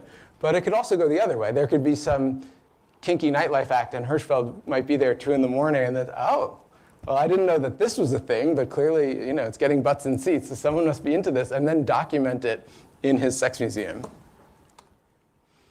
The most famous queer and trans-friendly club of the era, of which there were many, dozens and dozens, is this club, the El Dorado.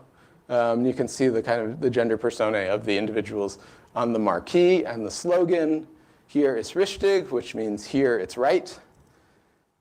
Hirschfeld, we know, went there. We also know some people who became rather prominent Nazis went there in its heyday as well, which became one of the reasons why there was an interest in the Nazi Party in eliminating Hirschfeld and his files.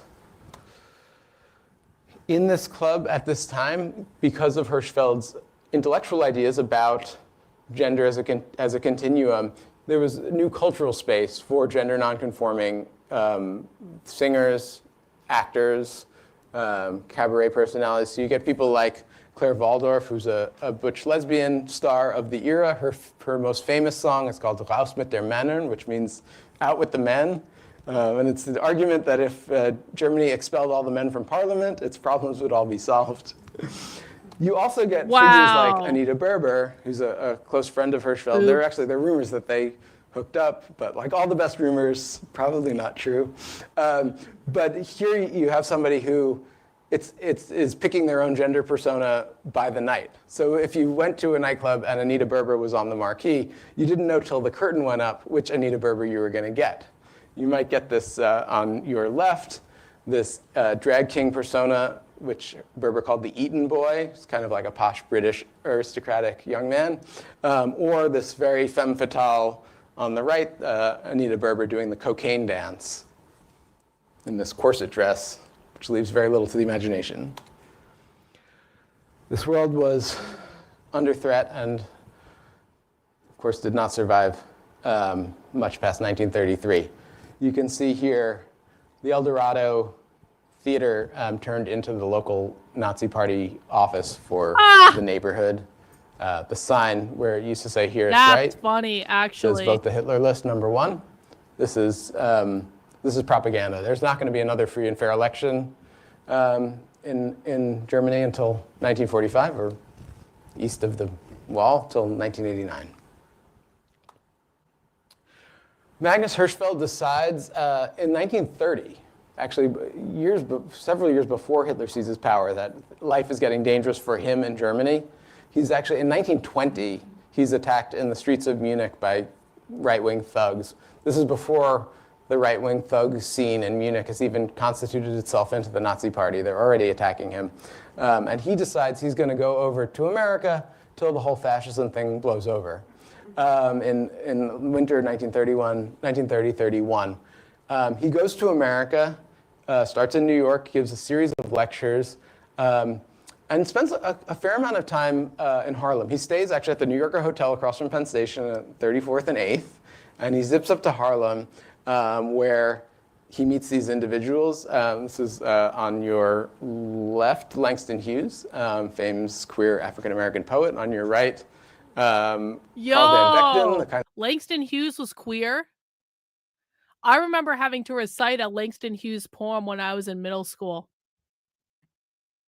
Self-appointed white ambassador to the Harlem Renaissance, and closeted bisexual, and they have a tea party together in Harlem. Hirschfeld, having been getting pushed out of Germany on ostensibly racial grounds, begins to become very interested in the American racial system. The white Americans say, well, downtown say, we're white and we keep all the black Americans uptown. And then Hirschfeld goes uptown and he realizes, a lot of these black Americans are lighter than a lot of the white Americans downtown, and maybe this racial system is not as hermetically sealed as the Americans are telling him. He continues this journey as fascism does not blow over, goes to Chicago, is able to give he's packaged in the United States as the Einstein of sex by his PR agent, and is presented as a straight marriage therapist who's going to fix your straight marriage.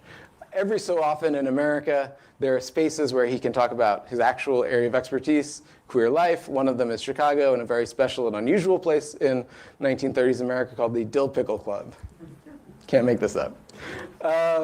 He goes out to California, has an amazing kind of harrowing trip to San Quentin. He actually goes to meet with a political prisoners, an anarchist who'd been kind of locked up on trumped-up charges, and ends up touring San Quentin with the homophobic, racist warden. And they end up in the laundry room. And Hirschfeld realizes that the laundry room is filled with all of these femme black inmates and trans women inmates. So in California at the time, oral sex was illegal, no matter what, in any combination. But anyone familiar with the history of the United States would understand that the people prosecuted for this tended to be black gay men.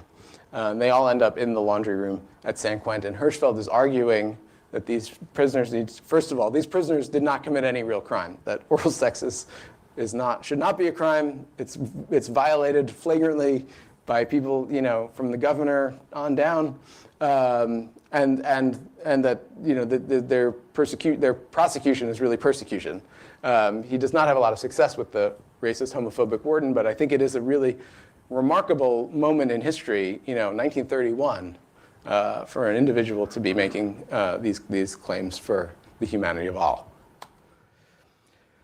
Hirschfeld's trip continues. Fascism doesn't blow over. He goes to Hawaii, has a really fascinating experience there. In Hawaii, in that pop quiz for the chat. Pop quiz for the chat. What do socialists mean when they say fascism? I know that average person knows. I'm looking for newer people. If you know the answer to this, don't answer it. Let the newer people give it a try. What do socialists mean when they say fascism? Yeah, this is very Kinsey.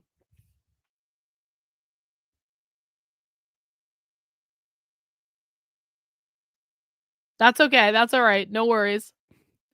Yeah, they mean capitalism, or I mean another way to look at it. Another way to look at it is when socialists or communists say fascism, they mean not communist. That's what. So I had a conversation with a couple of those Antifa guys in front of the Portland ICE facility, and they said to me, they were like, "You literally have that you're a fascist in your Twitter bio," and I was like, "The fuck I do." Because I don't actually have that I'm a fascist in my Twitter bio. And then they said, you have that you're an anti-communist in your Twitter bio. That's the same as being a fascist. And I was like, well, thank you for telling me that. Can I record you saying that? And they didn't let me record them saying that. But actually, I saw something on Twitter basically to that effect earlier today. Let me show you this. I actually saw something on Twitter before all this shit show started. Oh, come on. Load my photos. Of course, my Twitter's not loading my photos right now.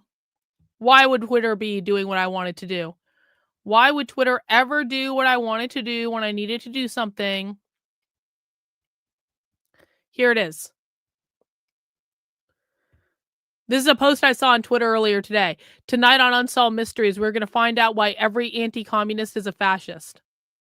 So when they're saying fascist, they literally mean not communist, or capitalist is another way to look at it. But it's just like anyone who is not a communist is going to be considered a fascist. Here are already 1 in 4 marriages are interracial. In a time when most American states on the mainland, interracial marriage is illegal. In a America where in many communities interracial dating is punishable by extrajudicial execution. Already, Hawaii has this interracial marriage as a quasi norm. He continues on to the Far East. He's been publishing in his journal about gender nonconforming communities all over the world, but he's finally able to see them. He goes to a matriarchal society in the Himalayas. He has this wonderful description in his book that he publishes about the polyandrous matriarch goes up the hill with her 5 husbands in tow, carrying all the heavy wares. They take out the stuff. She starts smoking. All she does is deal with the money. They do all the hard work, and then they load up the heavy packs at the end of the day and go back down the mountain. Here he is at an archaeological site in Indonesia, standing between two enormous carved stone penises that are 1,000 years old in a white suit. Great picture.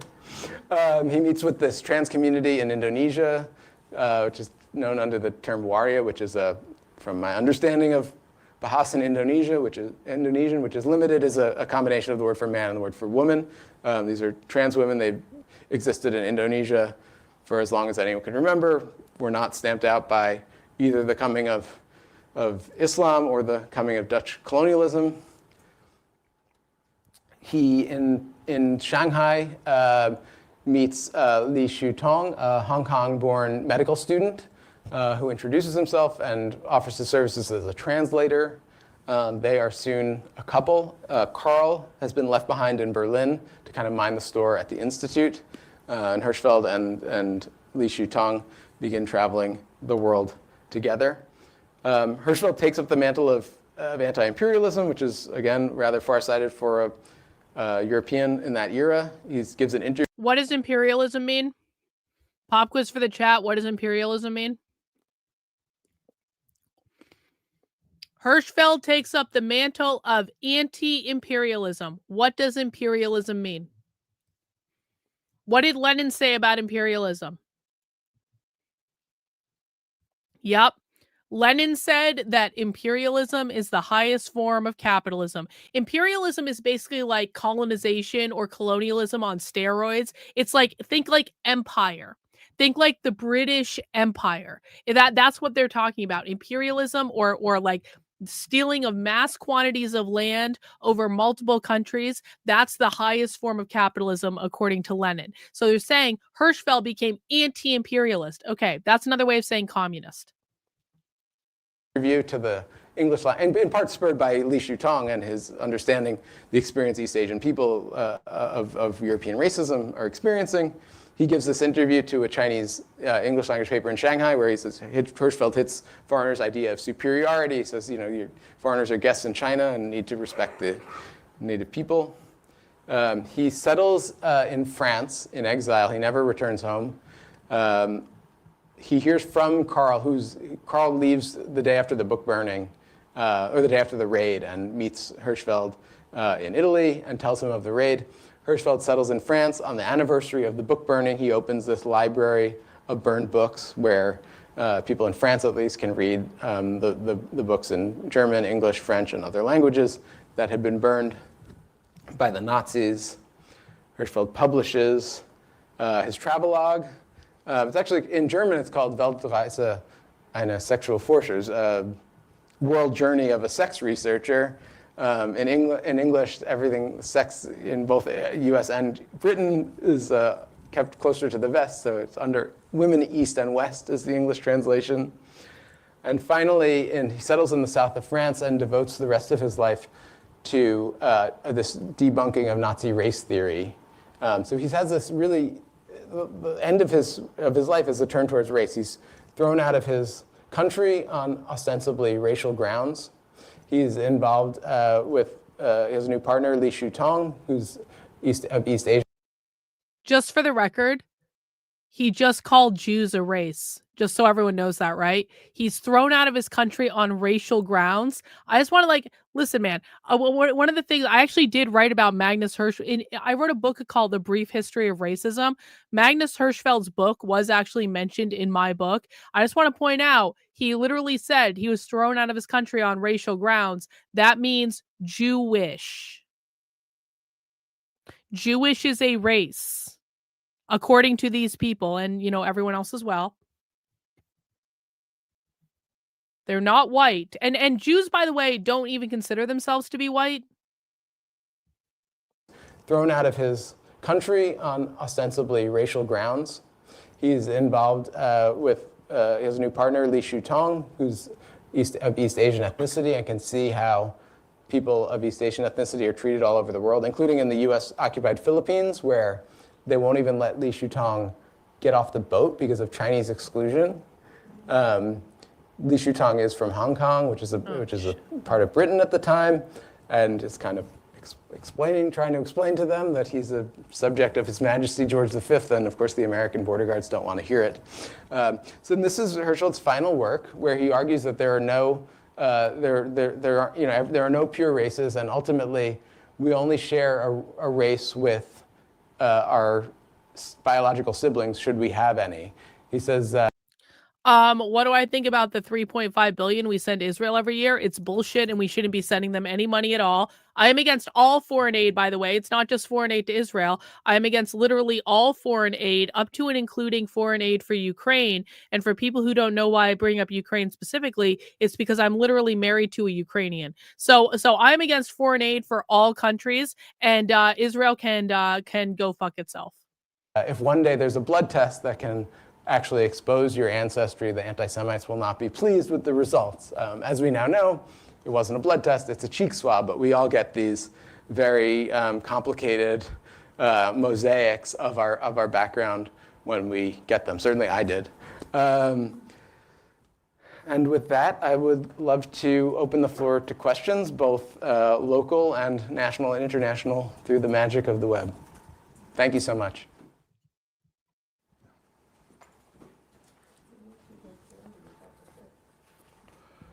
What was the eventual fate of Dr. Hirschfeld?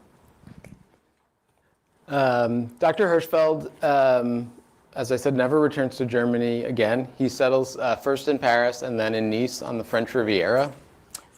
On his 67th birthday, neither of his partners, Carl or Lee, can be there. He's there with friends. Magnus Hirschfeld was in a polyamorous relationship. Are you shitting me? Did you guys just catch that? He's like, on his 70-some-odd birthday, neither of his partners could be there, so he hung out with friends. He was in a fucking polyamorous relationship? Bruh. For people who don't know, we talk about the left wanting to destroy the nuclear. They said it a few minutes ago. Did I just completely miss that? I must have. So for people who don't know, the reason that this is important is that we talk about the left wanting to destroy the nuclear family, right? So what is the alternative to the nuclear family that they have? Polyamory. Polyamory is the alternative to the nuclear family. Now, this is not to say that every single person in a polyamorous relationship is a socialist or communist. That's just not true. I know people who are in polyamorous relationships who are neither socialist nor communist. But there are an awful lot of queer Marxists specifically that are absolutely in polyamorous relationships because they view it as the alternative to the nuclear family. Of Dr. Hirschfeld. Dr. Hirschfeld, as I said, never returns to Germany again. He settles first in Paris and then in Nice on the French Riviera. On his 67th birthday, neither of his partners, Carl or Lee, can be there. He's there with friends, many drawn from the German Jewish diaspora at that point. He had also been thrown out of Germany, and with his nephew. And they go to the Café de France, and they have a blowout 67th birthday with many pastries. Hirschfeld was diabetic. From everything we know, it was, Carl and Lee would say, maybe you don't need the third éclair, Magnus. And there's no one there to kind of prevent it. On his walk home to his apartment building in Nice, he keels over, goes into a coma, is dead by the morning. Not a bad way to go, considering all of the options. I mean, one of his most famous neighbors, literally in the same apartment building in Nice, is a man named Theodor Wolff, who was the editor of the Berliner Tagblatt, the Berlin Daily News, which is kind of the establishment liberal equivalent of the New York Times. And he too thinks he has escaped the Nazis. After the fall of France, he's arrested and brought to Sachsenhausen, the concentration camp outside of Berlin, where he is killed. Hi. Hello. You just leave it on. Hello. We're having some miking issues for those of you online. We shall see if This is working. So basically, is all the queer Marxism from the Jews? Is that correct? Well, again, we need to be specific about this. We're not saying all of the Jews.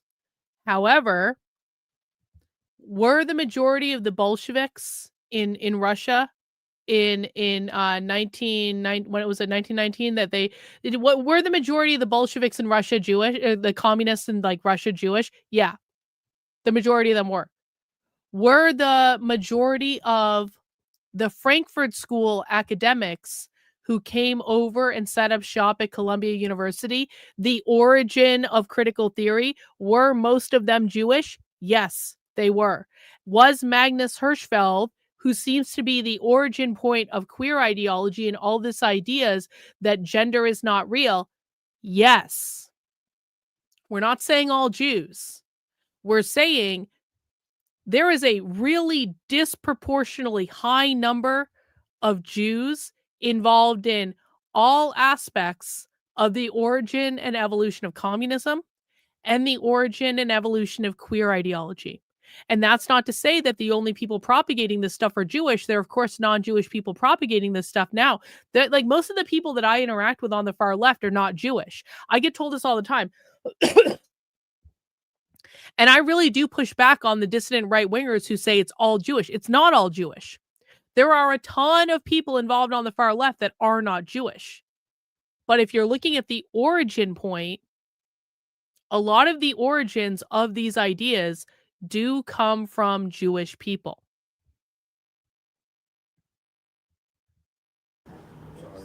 Julian, why? Yeah, I'll just yell it out.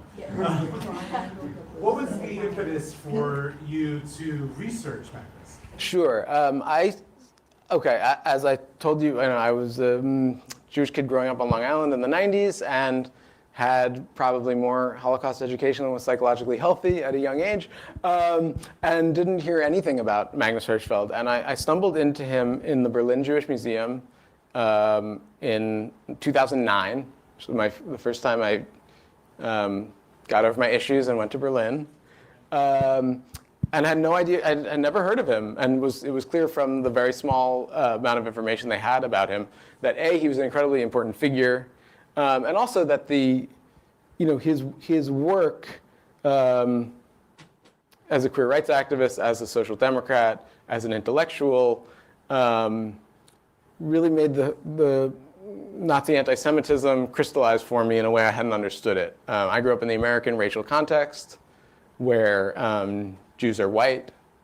The racism of the Holocaust always seemed kind of strange. And in learning about Hirschfeld and his German Jewish, secular German Jewish world, I realized that a war against the Republic, a war to destroy democracy, had to be a war against the Jews. So that was part of the impetus. Then years later, I'd written a book on race in America during the racism of the Holocaust always seemed kind of strange. And in learning about Hirschfeld and his German Jewish, secular German Jewish world, I realized that a war against the Republic, a war to destroy democracy, had to be a war against the Jews.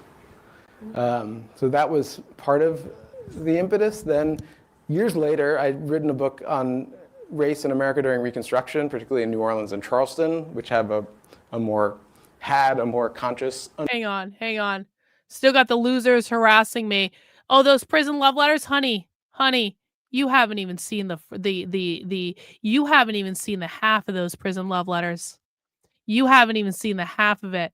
You guys have no fucking idea how many messages I sent to my friend in prison. You have no fucking idea the things that were said. You have no fucking idea the fantasies that were exchanged when my friend was in prison for 8.5 fucking years for things he didn't do. You have no fucking idea. But you know what? You're never going to find out. Do you know why you're never going to find out? Because I'm coming over to Twitter right now to block your sorry, sad, pathetic ass, because you have nothing to do except nose into other people's business where you do not belong, because you are a loser on the internet that has no fucking life. And in about 30 seconds, I'm going to block you and ban you from my chat. And I am never, ever, ever going to hear from you again. And that's going to be the way it goes. So bye, asshole. Have fun fantasizing about all those love letters that I sent in prison. Well, my friend, I wasn't in prison, but my friend was in prison. You guys know what I meant. Understanding that race is a continuum. And I was in the Mississippi Civil Rights Museum, and there was a plaque that mentioned that the word racism did not exist until the 20th century, which was one of these like aha moments. Now that you mention it, yeah, I'd read a gazillion newspaper articles from like 1868 and 1876, and none of them used the word racism. They used white supremacy, bigotry, prejudice, other words. And I was looking up where the word racism comes from. Well, Magnus Hirschfeld. But he's much more famous for coining the word transvestite in 1910. In the process of all of this, my niece is transitioning. Oh! My niece, I would say, is kind of like... Oh, his niece is a tranny. It's all coming together, isn't it? Jewish, too. In Hirschfeld's work, he debunks this idea that there's an archetypal trans story. But if there were one, my niece would be the archetypal trans story. I mean, you don't growing say. up, all of her video game avatars were female. She dressed as female movie stars for Halloween from age 6. And then to sort of learn that all of this, this understanding that I should have had, that had all been written down 100 years ago, and I certainly should have had, having undergone all that Holocaust education, had been swiped from me, made me want to read a book about Hirschfeld. And then the last English language biography of Hirschfeld is from like 1986. So it was time for a new one. Thank you so much. We actually have several pretty pithy questions coming through the Q&A. So I'm not going to do them in any particular order. I think I'm going to ask you maybe 2 at a time. The first is, how do you think gender healthcare would have developed differently had Dr. Hirschfeld's library not been burned? Do you think there are perspectives or techniques permanently lost to time, or do you think we've gotten some of those back? Let me start there. Yeah.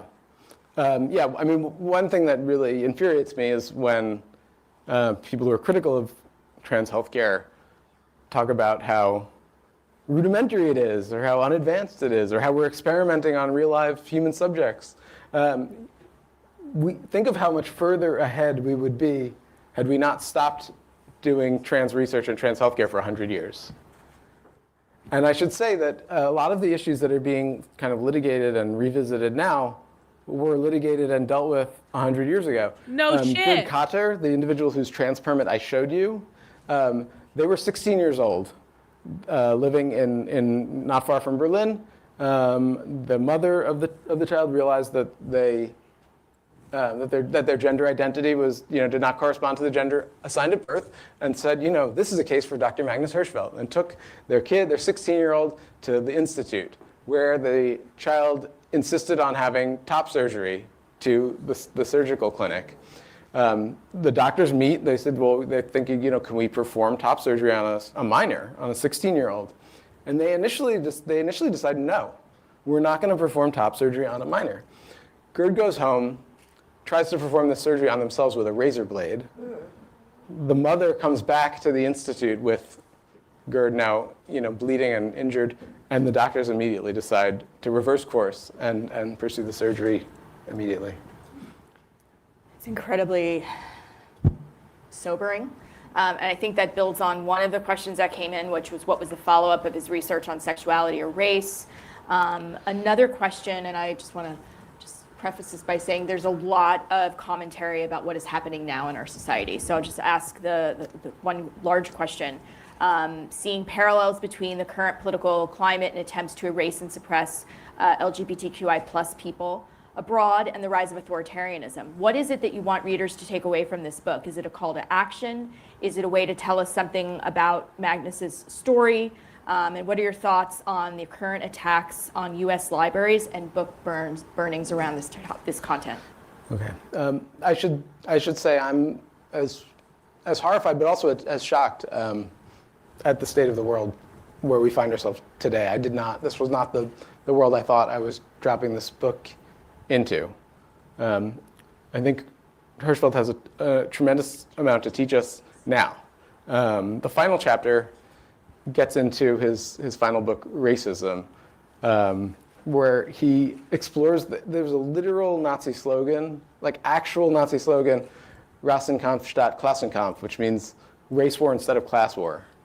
Nazis were very overt that they were turning they were turning the anger of the German people who were suffering from hyperinflation and from loss of the war and unfair peace terms onto racial others, gender others. So he has and then his theory is a kind of antidote to fascism. Whereas when anyone is telling you it's us and them, you can see through it and see that we're all we. Mm-hmm. So I think that's a crucial lesson at this moment.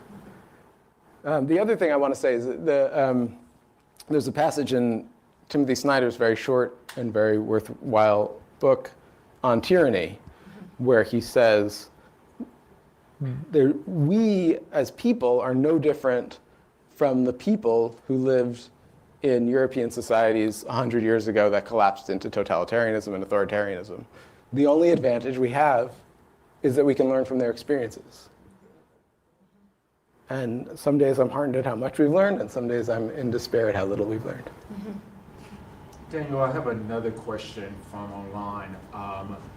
This person asks, can you talk about Hirschfeld's philosophy on feminism and whether he showed an equal interest in supporting queer women as he did men? That is a really good question. I would say Hirschfeld has blind spots when it comes to women, but not as many blind spots as most men in his society did.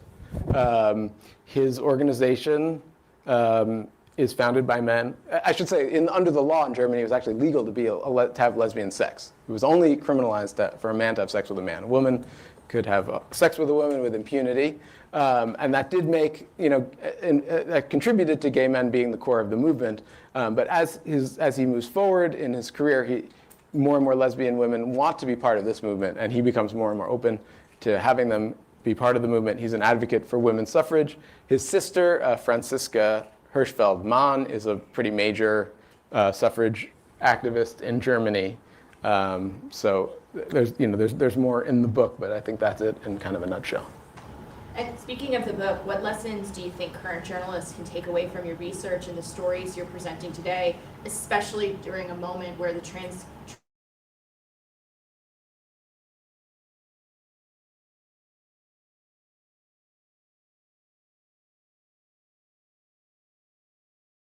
What the hell?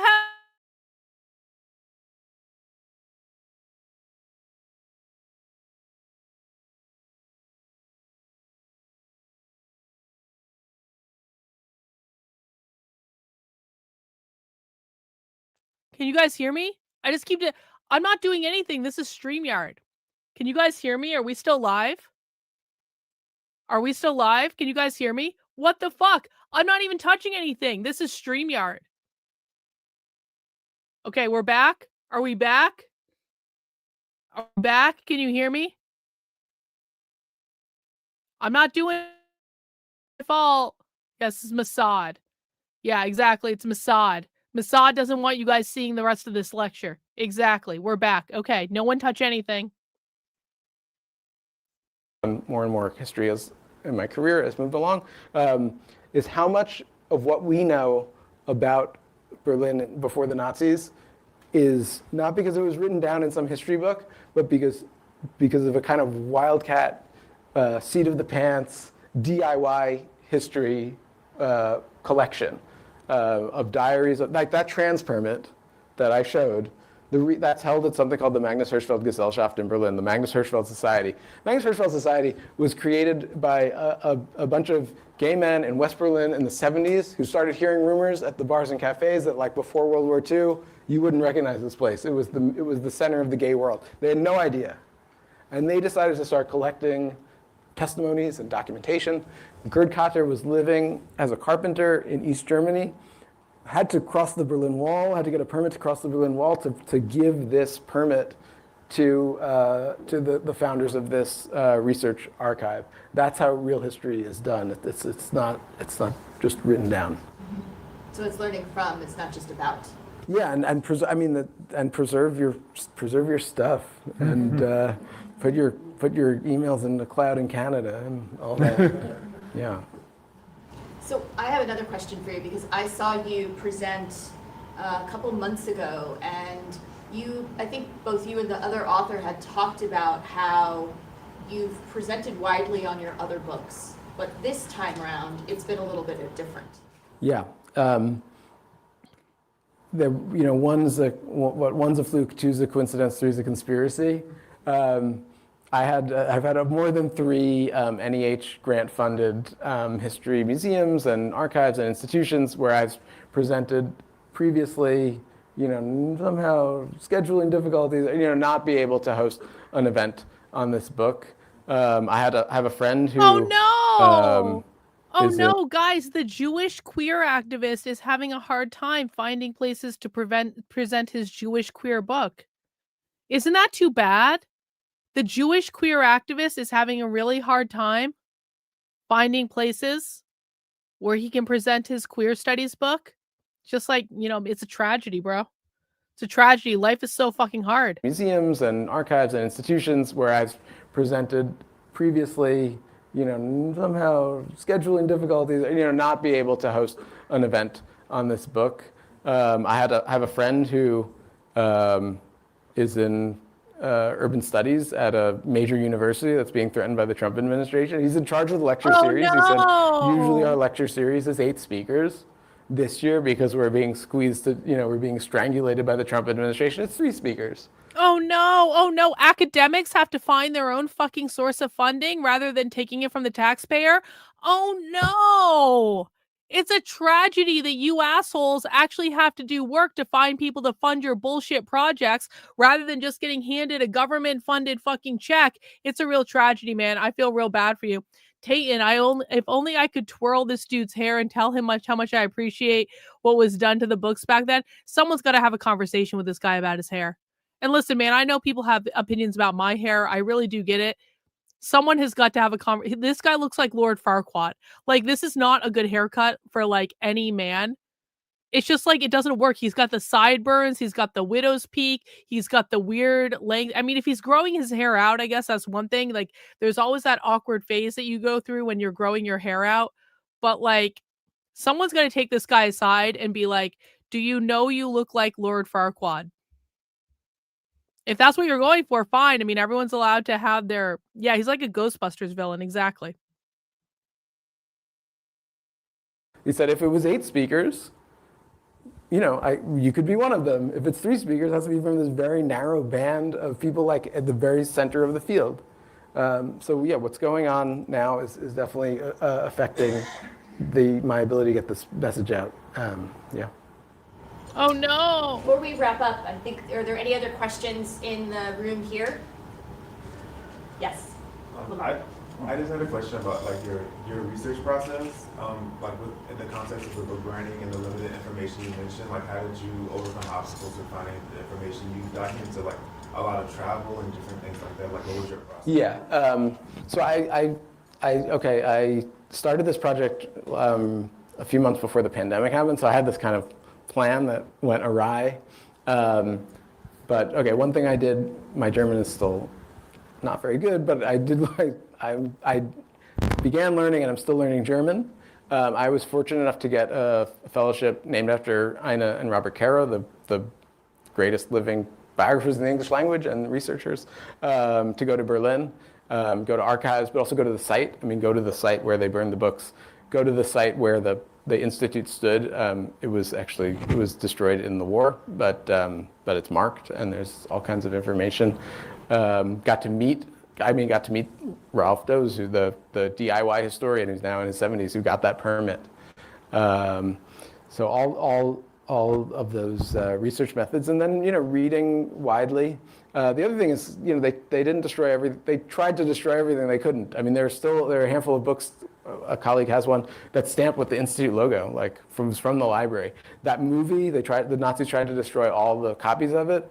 An almost complete copy was found in a Soviet film archive in Moscow in the 70s, and you can now watch it on Vimeo like tonight if you want. So yeah. Are there any other questions in the classroom? I think we have one, two. Just following up on that, I was wondering if you could talk a little bit about obviously we know how much was destroyed, but what was destroyed versus what was able to be kept, what was survived.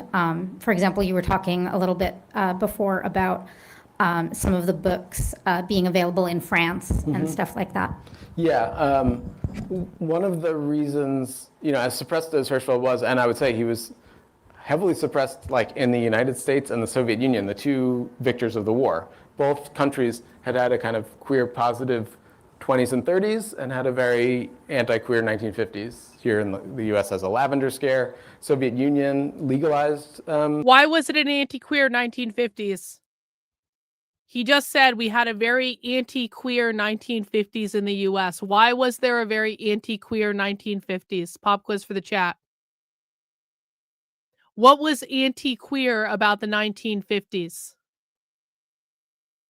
Does anyone remember? Yeah, fucking McCarthy. McCarthy was what was anti-queer about the 1950s. When they are saying queer, they are not talking about being gay or trans. I cannot emphasize this enough. You do not have to be gay or trans to be queer. You can be a straight white man and be queer. Queer is a far left political ideology.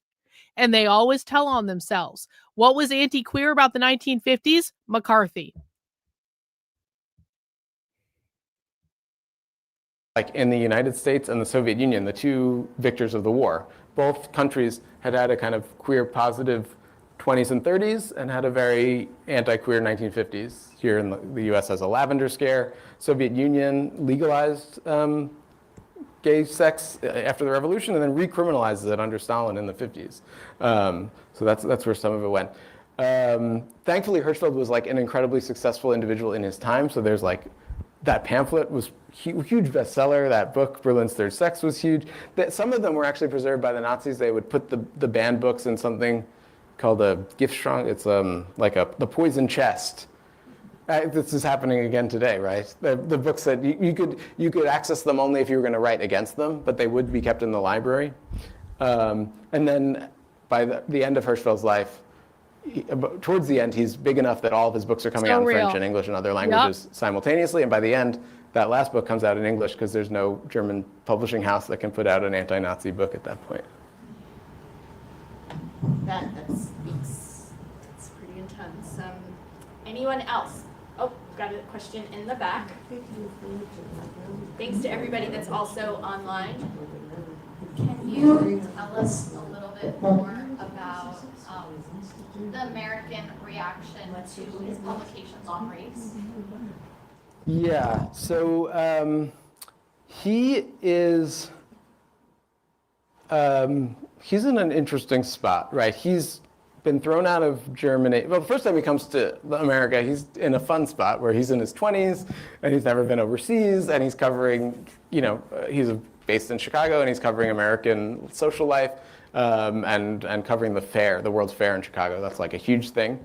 And also like a kind of intensely racist nightmare where the Midway Park, which is still in Chicago if you go, is set up as this kind of human zoo where peoples from all over the world are kind of shipped in to play themselves.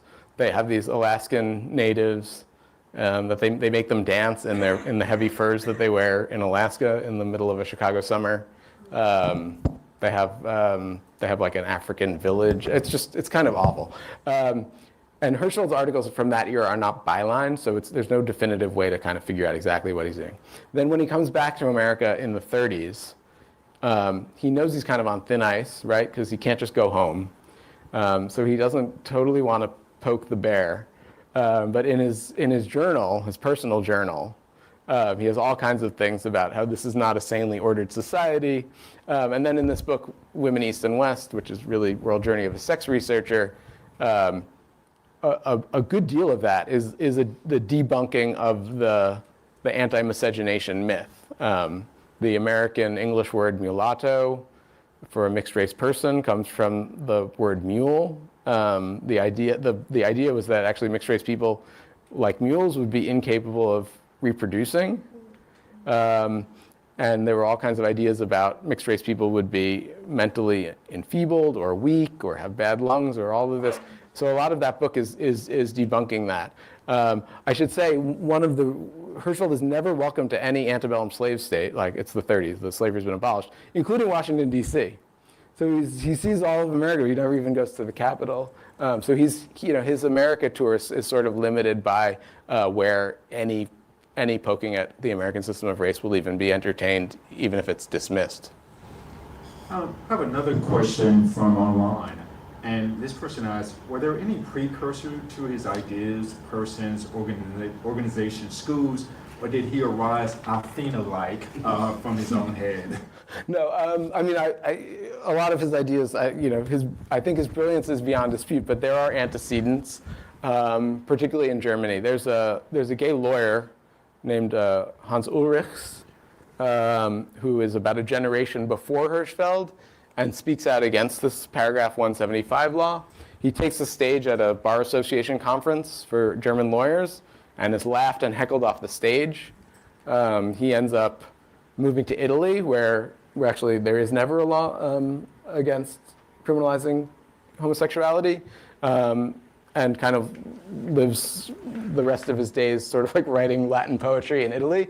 And his works are suppressed. And actually Hirschfeld publishes them in his journal in the early 20th century. These texts are 50 years old at that point, but to try to get them more widely distributed. So he does have antecedents. Franz Boas, who's a German Jewish immigrant figure who's one of the anthropologists at Columbia University at the time, is also arguing that against racist ideas. And Boas is given an exhibit hall at the Chicago World's Fair, wherein basically, while there's this kind of human zoo on the Midway, there is this one space in the fair that's kind of pushing an anti-racist ideology. And again, Hirschfeld's articles from the fair have been lost, but we can be pretty sure that Hirschfeld encountered this as, there's another German Jewish guy at the fair who's like created a building, probably saw that, so. So we'd like to thank you, Daniel, for this enlightening presentation. I also like to thank everyone for their attendance, those who are with us in person and online. And just to give a plug for this book, if you have not read it, you really should read it. It is a terrific book, wonderfully written, a combination of a history of Magnus Hirschfeld, but also a history of Berlin during this time period. So thank you once again, Daniel. Thank you. And for those of us who are here, I'll happily sign your copies. Online. We appreciate your support of the Kupferberg Holocaust Center. Please check out our website for upcoming events. And this event, as all of them, are recorded and posted to our website's recording page a few days after they've been captioned. Stay safe. Be well. Thank you. All right. Hang on. I'm just blocking a whole bunch of people on Twitter right now. I actually thought that was actually a really interesting kind of lecture that confirms everything that we've been talking about in regards to like the origin of queer ideology. That was actually a fascinating historical look. I might even work some of that into my book. I might go back and rewrite some stuff to even work that into my book. I thought that was really interesting. That is all we have for today, guys. I want to remind people that if you want to support the work I'm doing, head over to the Substack, sign up. Make sure you sign up for free updates. If you want to support the work I'm doing, that is the very best place to do it. I don't know if I'm going to be going live again tonight. We're going to kind of see what's going on at the ICE facility. Maybe I'll be live, maybe I won't, but I'm still feeling pretty under the weather. So I'm just trying to take it easy tonight, to be honest with you guys. So we'll have to see. We'll have to see. But I'm going to be honest, like seeing the, obviously I've been dealing with the toxic ridiculousness over on Twitter on the entire stream. I have to be honest. I kind of hope that Antifa stays away from the ICE facility. Now, I know that it's been great fun for us to watch Antifa, and of course, I will always do it. If Antifa is doing stuff outside of ICE facilities and we can watch live streams for that, that's great fun. That's great entertainment. I kind of hope that Antifa continues to stay away from the ICE facility in Portland, because what's going to happen if Antifa stays away from the ICE facility in Portland is it's going to dry up the content farming, because like there's just going to be nothing. Like we saw this yesterday. Tommy had to go to Portland State University yesterday to get content. And while I do appreciate Tommy, I really think that Tommy is bringing a very toxic influence in terms of some of the people that are showing up to kind of glom onto him. And again, he's not doing anything wrong. And I want to be very clear about this. I don't think Tommy's doing anything wrong. I think it's just the nature of the thing. And so if Antifa stops going out to the ICE facility, there really is not going to be any content. And so that would suck for Tommy because he's now quit his job to go do this full time. But like, kind of would probably be better for all of us. I don't like the content farming is the thing. And I understand the live streamers covering it, and I appreciate a lot of the live streamers covering it. The fact of the matter is, though, is I've got many other things to cover on this channel that are not the protests. I would really like to be able to get back to focusing on the things that are not the protests. We will cover the protests as long as they're happening. But like, it's a little much for me, to be honest. And all of the absolute ridiculous, retarded people that have shown up as a part of this. And by the way, I'm not the only one that thinks this. I've talked to other people behind the scenes who absolutely agree with this. It's like it's turning into a circus shit show. And I don't think that's productive for anyone. So we'll see what happens. Yeah. It's like if there's no content, the MAGA-tards are going to get bored and go away. And while that might suck for Tommy, that I think would actually be much better for all of us. So we'll keep an eye on it. We'll see what's going on, but I'm going to sign off for right now. I'm going to go eat a burrito or something like that for dinner. And that's all we have. And I will be back tomorrow and we'll do another stream. And maybe I'll go if there's stuff going on at the ICE facility, maybe I'll go live tonight. Maybe I won't. I'll just have to see how I'm feeling. But that's going to wrap us up for right now. I appreciate everyone turning out. Guys, please mount the like button on the way out the door. And I will see you on the flip side, guys. Take care. We'll see you.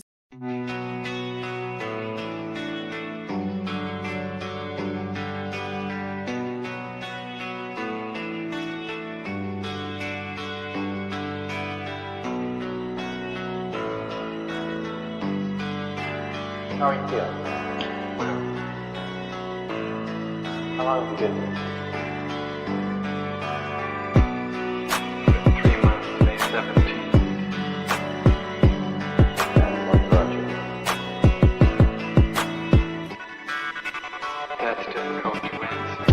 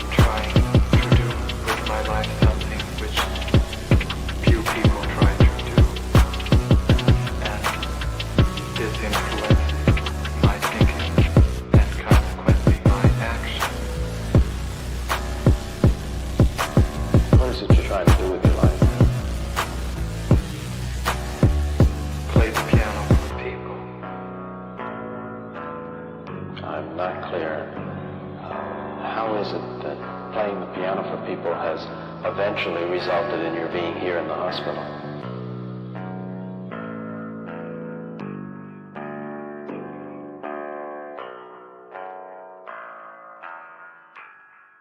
That's difficult to answer.